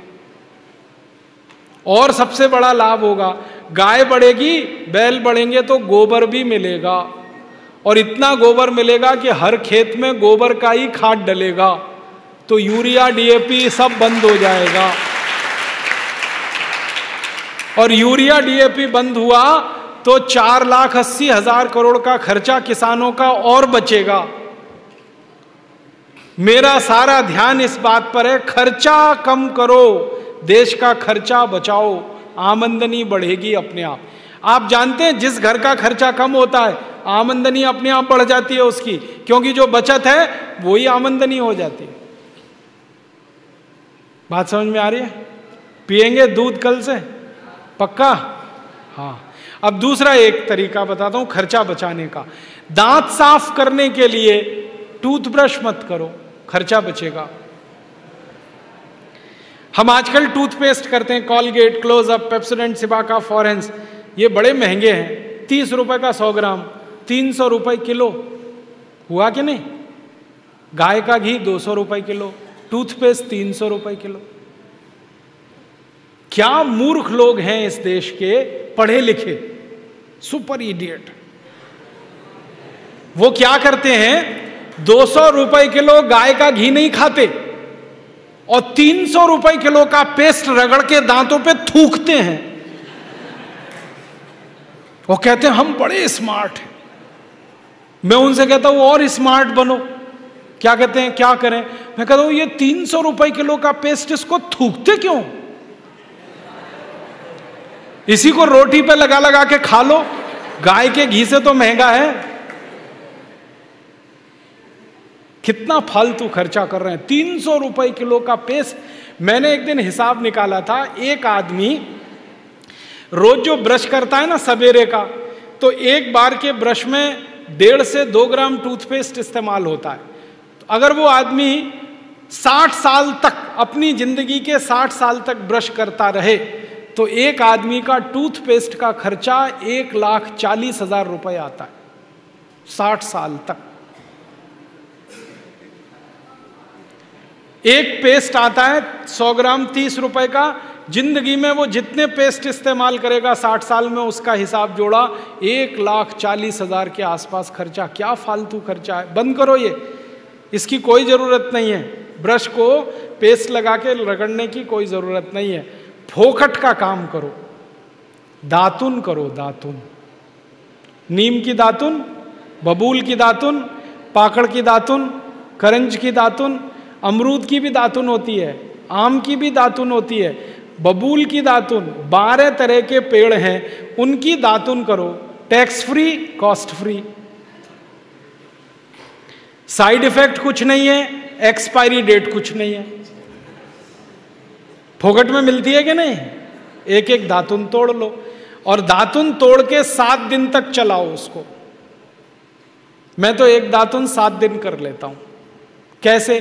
दातुन किया, चबाया, आगे का हिस्सा काट दिया, फिर पानी में डाल के रखा, दूसरे दिन फिर कर लिया, ऐसे 7 दिन चलती है। एक बार क्या हुआ, एक आईआईटी का लड़का मुझे पूछता है, बहुत इंटेलिजेंट होते हैं आईआईटी वाले, मैं भाषण दे रहा था, कहने लगा क्या मूर्खता की काम करते हैं आप, एक दातुन को 7 दिन करते हैं। मैंने कहा भाई तू ये बता, एक टूथब्रश को कितने दिन करता है? उसने कहा मैं तो साल भर तक करता हूं। मैंने कहा तू महामूर्ख है, मैं तो 7 दिन में बदल देता हूं, तू साल भर एक ही ब्रश को रगड़ता रहता है। बंद करो ये ब्रश। और ये ब्रश की मुश्किल पता है क्या है? टूथब्रश होता है ना प्लास्टिक के, उसमें ब्रसल्स होते हैं, उनको जब हम रगड़ते हैं ना तो मसूड़ों पर उसका घर्षण होता है, मसूड़े सब छिल जाते हैं, कमज़ोर हो जाते हैं। जिनके मसूड़े कमज़ोर होते हैं उनके दांत कमज़ोर हो जाते हैं, जिनके दांत कमज़ोर हैं उनकी ज़िंदगी में कोई आनंद नहीं है। दूसरी समस्या क्या है? कभी भी आप देखना टूथब्रश होता है ना उसमें जहाँ ब्रसल्स लगे रहते हैं ना, वहाँ पीला पीला सफ़ेद सफ़ेद कचरा जमा हो जाता है, उस पर हज़ारों वायरस आकर जिंदा बैठते हैं, और रोज़ आप अपने मुंह में डाल के क्या खतरनाक काम कर रहे हो। बंद करो, अच्छा नहीं है ये। और एक बात बताऊं, ये जो टूथपेस्ट है ना, टूथपेस्ट जिसको आप घिसते हो, इसमें झाग बहुत बनता है, मालूम है? झाग तो वॉशिंग पाउडर में भी बनता है। कभी कभी मैं लोगों से कहता हूं आप कॉलगेट क्यों करते हैं, तो कहते हैं इसमें झाग बहुत बनता है। तो झाग तो शेविंग क्रीम में भी बनता है, शेविंग क्रीम क्यों नहीं रगड़ते? अब मैं असली बात बताता हूं, जिस वस्तु से शेविंग क्रीम में और वॉशिंग पाउडर में झाग बनता है, वही वस्तु टूथपेस्ट में मिलाई जाती है। उसको कहते हैं सोडियम लॉरेल सल्फेट, और ये ऐसा खतरनाक केमिकल है जो कैंसर कर देता है। अब मैं आपको एक सच्चाई बताता हूँ। अमेरिका देश में, यूरोप के देशों में टूथपेस्ट जब बाजार में बेचा जाता है तो उस पर चेतावनी लिखी रहती है, और उसमें कहा जाता है सावधान, टूथपेस्ट करने से कैंसर होता है। अंग्रेजी में लिखते हैं इट इज कैंसरस, कार्सिनोजेनिक। और अमेरिका यूरोप के टूथपेस्ट पे क्या क्या लिखते हैं? अंग्रेजी में लिखते हैं please keep out this toothpaste from the reach of the children below 6 years. माने 6 साल से छोटे बच्चे को ये टूथपेस्ट कभी मत कराना, क्योंकि बच्चे उसे चाट लेते हैं, वो कैंसर से मर सकते हैं। फिर अमेरिका और यूरोप के टूथपेस्ट पे लिखते हैं in case of accidental injection please contact immediately poison control centre. माने गलती से पेस्ट अगर कर लिया बच्चे ने तो हॉस्पिटल लेके जाना उसको।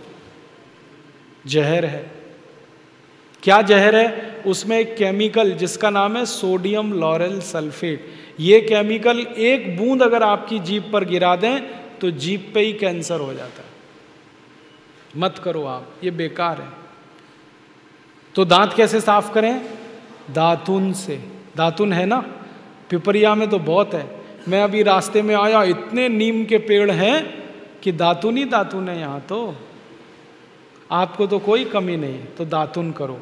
दातुन ना मिले तो दंत मंजन करो। दंत मंजन भी फोकट वाला करो, खर्चा नहीं करना।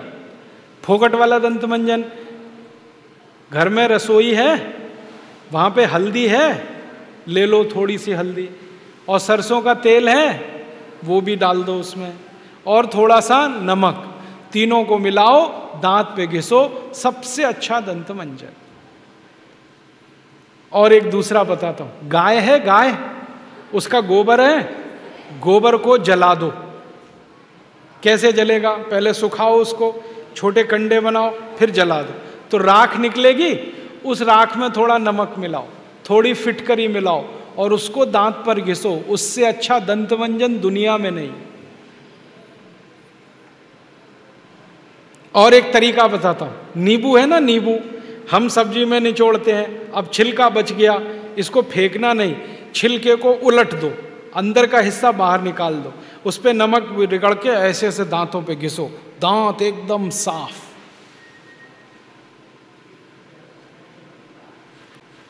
और एक दो बात बताता हूं, जिनके दांत पीले हो गए, आम का पेड़ देखा, उसका पत्ता तोड़ लो, आम के पेड़ के पत्ते को चबाओ थोड़ी देर, चबाने के बाद वो चटनी जैसा होगा, लुगदी बनेगी, उसको दांतों पे रगड़ दो, दांत एकदम किटकिट करने लगते हैं, एकदम साफ। ये सब फोकट का इलाज है कि नहीं?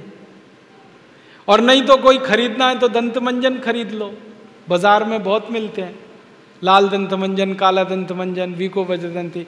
अब तो स्वामी जी का भी दंत मंजन आता है, दिव्य योग दंत मंजन, वो ही ले लो। आप वो लोगे तो आपका पैसा कम से कम स्वामी जी के ट्रस्ट में जाएगा, उसी से हम ये सब काम कर रहे हैं। तो या तो दातुन करो, नहीं तो दंत मंजन। टूथपेस्ट बंद, टूथब्रश बंद। अब एक जानकारी और देता हूं आपको, ये जो टूथपेस्ट होते हैं ना, कॉलगेट, क्लोजअप, पेप्सोडेंट, सिबाका, ये ज़्यादातर टूथपेस्ट बनते हैं मरे हुए जानवरों की हड्डियों से। हमारे देश में हजारों कत्ल खाने चलते हैं, वहाँ गाय बैल भैंस को काटते हैं, उनका मांस बाजार में बिकता है, उन जानवरों की हड्डियों को टूथपेस्ट बनाने वाली कंपनियां खरीदती हैं, हड्डियों को धूप में सुखाते हैं, बोन क्रशर में डालकर पाउडर बनाते हैं, फिर उसी से पेस्ट बनता है, फिर उसी को हम मुंह में लगाते हैं रोज सवेरे ही सवेरे।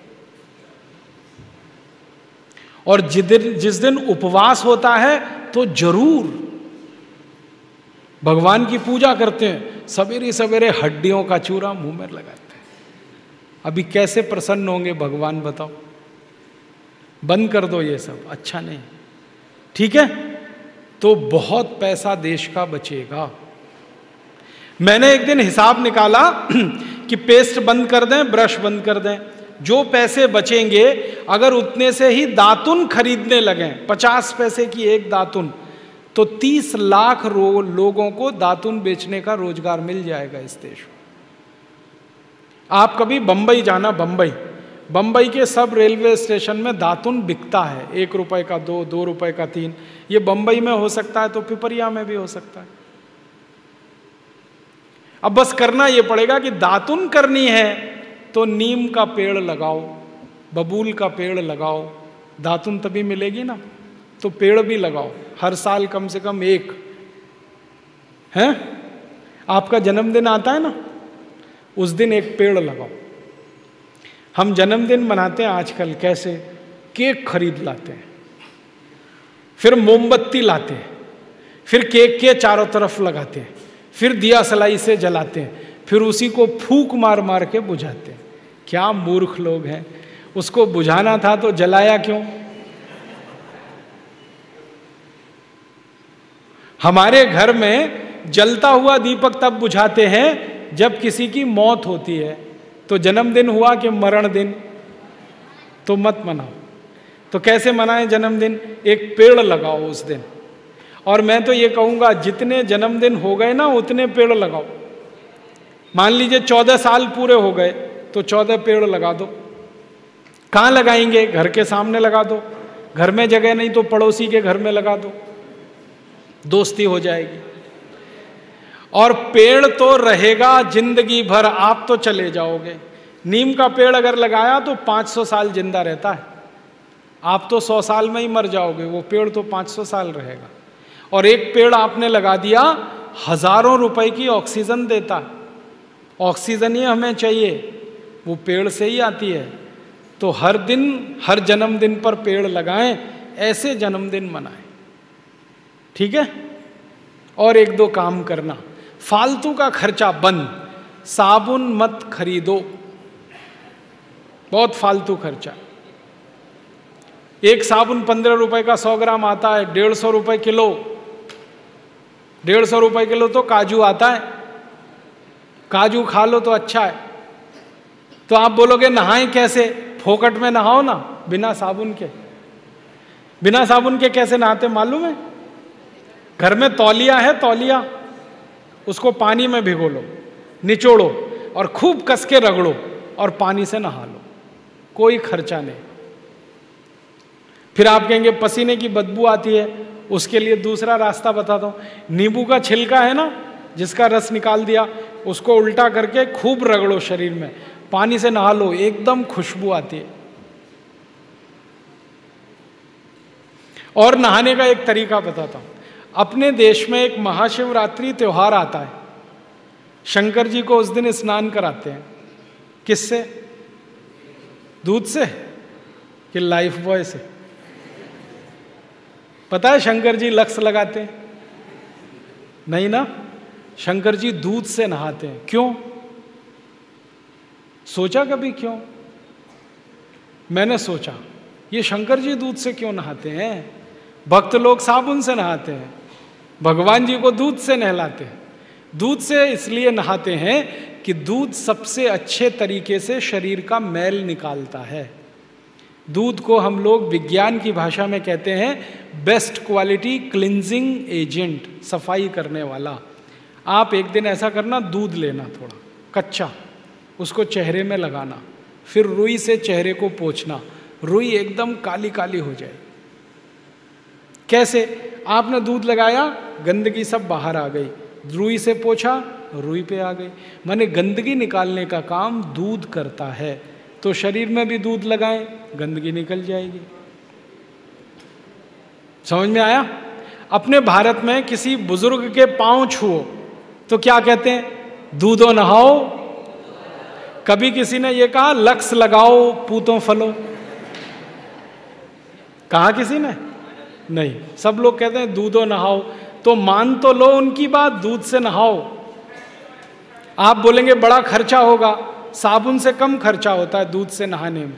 मैं बहुत बार नहा के देखा, 2-3 चम्मच दूध लगता है, उसको शरीर में मालिश कर लो तेल की तरह से, फिर पानी से नहा लो, गंदगी सब निकल जाती है। और दूध से नहाओ ना तो त्वचा एकदम मुलायम रहती है, सॉफ्ट रहती है। और जिनकी त्वचा मुलायम है, नरम है, उनको कभी फेयर एंड लवली नहीं लगानी पड़ती, तो उसका भी खर्चा बचेगा। ठीक है? नहाओगे दूध से।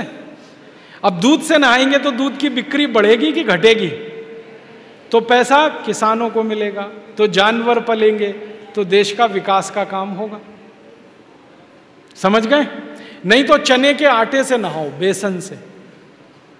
थोड़ा बेसन ले लो, दूध मिला लो, पेस्ट बनेगा, शरीर में रगड़ के नहा लो।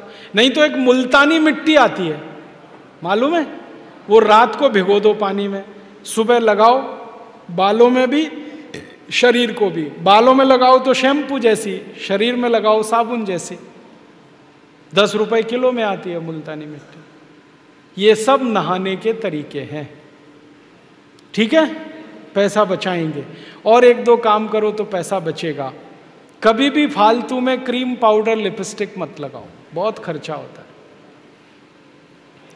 बहुत लोग लगाते हैं लिपस्टिक, नेल पॉलिश। क्यों? कहते हैं स्मार्ट आ जाते, स्मार्टनेस आती है। क्रीम पाउडर लिपस्टिक से कोई स्मार्ट नहीं बनता। अपने कर्म से, अपने स्वभाव से और अपने गुणों से स्मार्ट बनते हैं।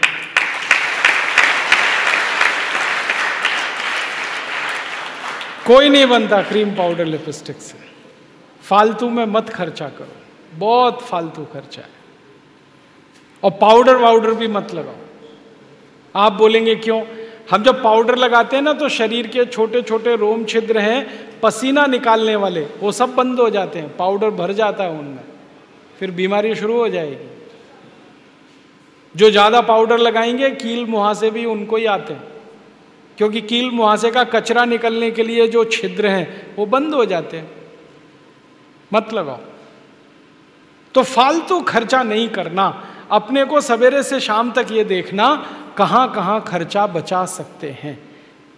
एक और खर्चा बचा सकते हैं, बीमार पड़े तो दवा खाने के लिए चले गए, अब बीमारी में गोलियां खरीद लाए, कैप्सूल खरीद लाए, इंजेक्शन ले आए। मेरा ये कहना है कि बीमार पड़ो तो रसोई घर की दवा कर लो, खर्चा नहीं है ज़्यादा। सर्दी जुकाम हुआ तो अपने रसोई घर में हल्दी है, हल्दी को दूध में खूब गर्म करके पी लो, सर्दी जुकाम ठीक। खांसी हो गई तो अपने रसोई घर में अदरक है, अदरक का रस निकालो, थोड़ा गुड़ मिला के या शहद मिला के गर्म करके पी लो, खांसी ठीक हो गई। ज़्यादा खांसी हो गई तो तुलसी का रस निकाल दो, अदरक का रस निकाल लो, शहद मिला के पी लो। बुखार बहुत आ गया तो दालचीनी का पाउडर और तुलसी ले लो, खूब उबाल के काढ़ा बना के उसे पी लो। एक भी बीमारी के लिए दवा खाने की ज़रूरत नहीं। पेट खराब हो गया, दस्त बहुत हो रहे हैं तो जीरा ले लो और फंकी मारो, चबा के खाओ, दस्त एकदम बंद हो जाते हैं।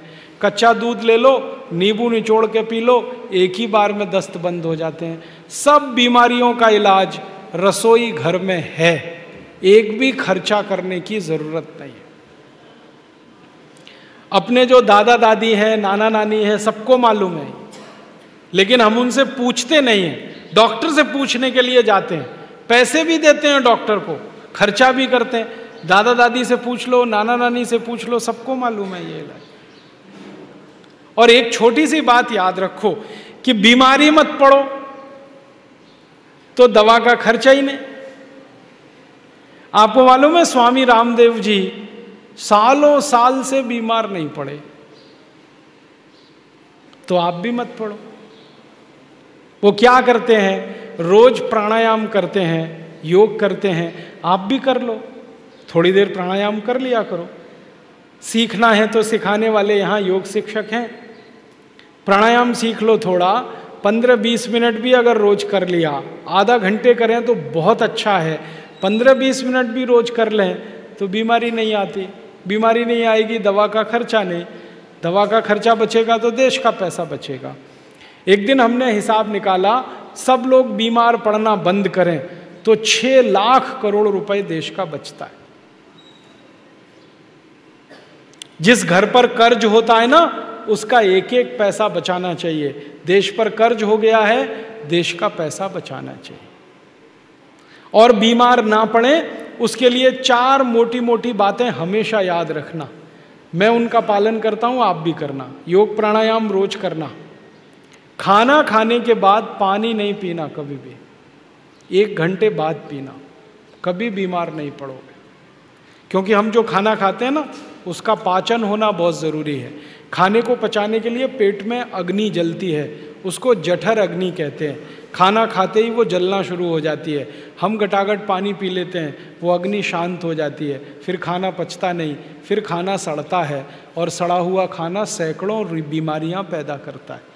इसलिए खाने के बाद पानी मत पियो 1 घंटे तक। और पानी को जब भी पियो तो घूट घूट भर के पियो, थोड़ा थोड़ा। क्यों? मुंह में लार बनती है ना, ये पानी में मिलके पेट में जानी चाहिए। मुंह की लार जो है ना क्षारीय है, पेट में अम्ल बनता है। क्षार और अम्ल दोनों मिलें तो एक दूसरे को न्यूट्रल कर देते हैं। जिनका पेट न्यूट्रल होता है वो कभी बीमार नहीं पड़ते। इसलिए पानी घूट घूट पियो।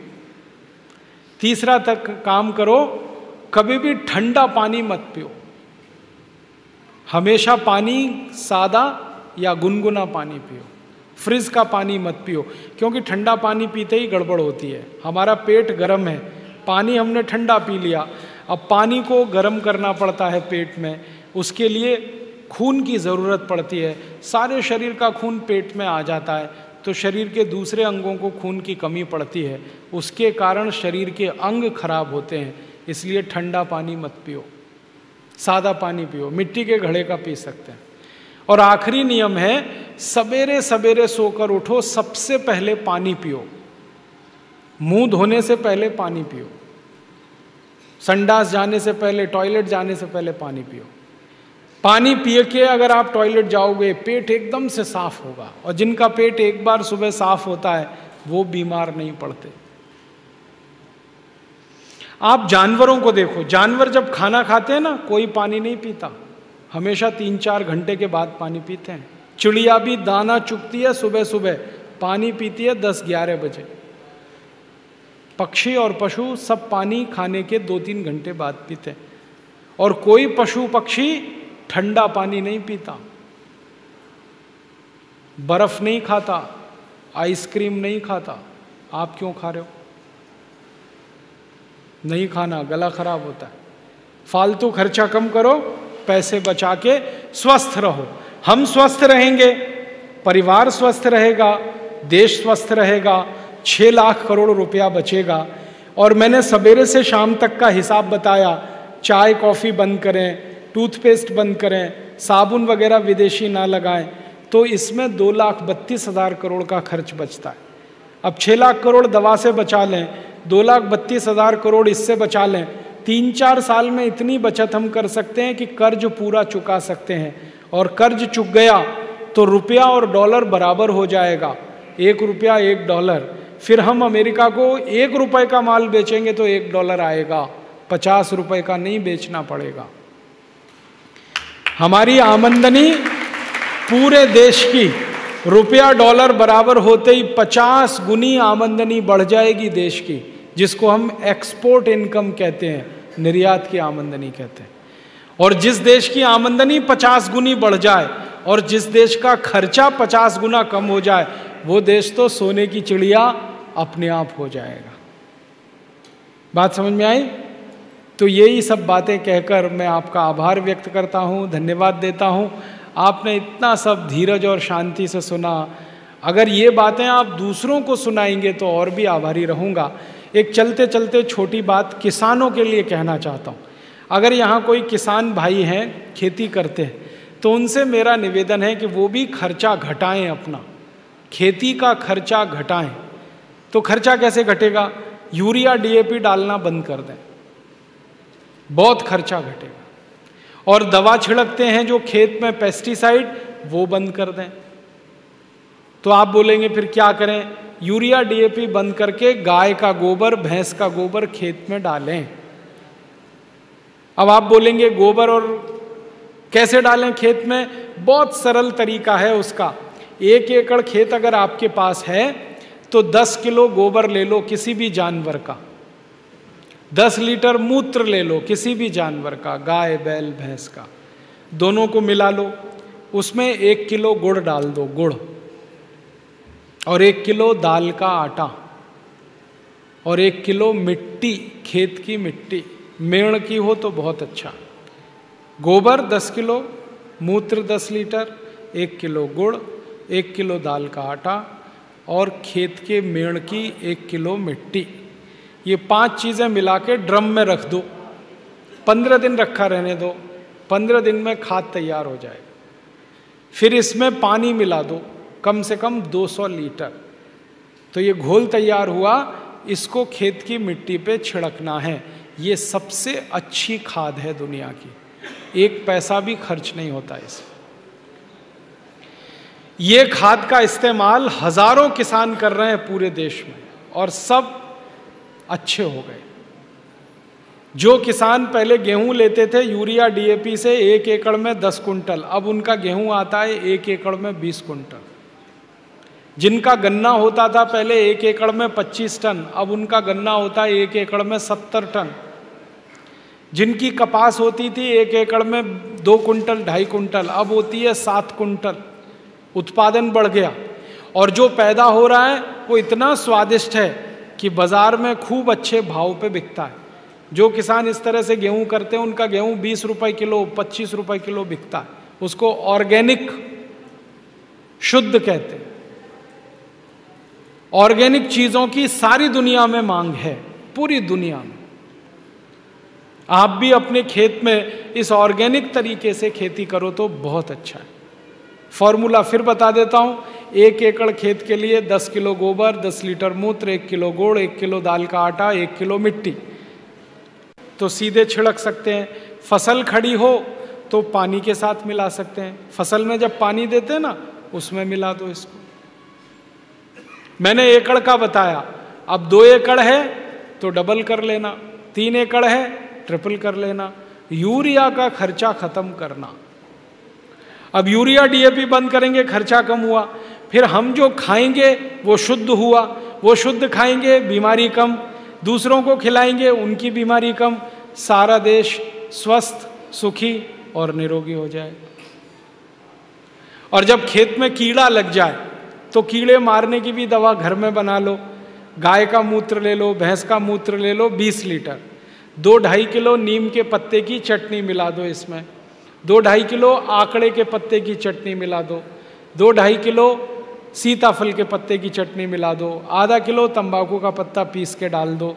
और जो भी आसपास में पेड़ पौधे हैं जिनके पत्तों को जानवर नहीं खाते, उनको तोड़कर चटनी बना के डाल दो। गोमूत्र में या भैंस मूत्र में उबाल लो, उबाल कर ठंडा करके छान लो, फिर 200 लीटर पानी मिलाकर खेत पर स्प्रे कर दो। सब कीड़े मर जाते हैं, सब भाग जाते हैं। 1 पैसे का खर्चा नहीं। तो खर्चा बचाओ खेती में, अपने घर में, चिकित्सा में, स्वास्थ्य में, तो आमदनी बढ़ेगी, तो ये देश दुनिया में सबसे आगे निकलेगा। यही बोलकर मैं आपका आभार व्यक्त करता हूँ, धन्यवाद देता हूँ। बड़े ध्यान से सुना, शांति से सुना, और आप दूसरों को बोलेंगे तो आपका बहुत आभारी रहूँगा। बहुत बहुत धन्यवाद, बहुत बहुत आभार।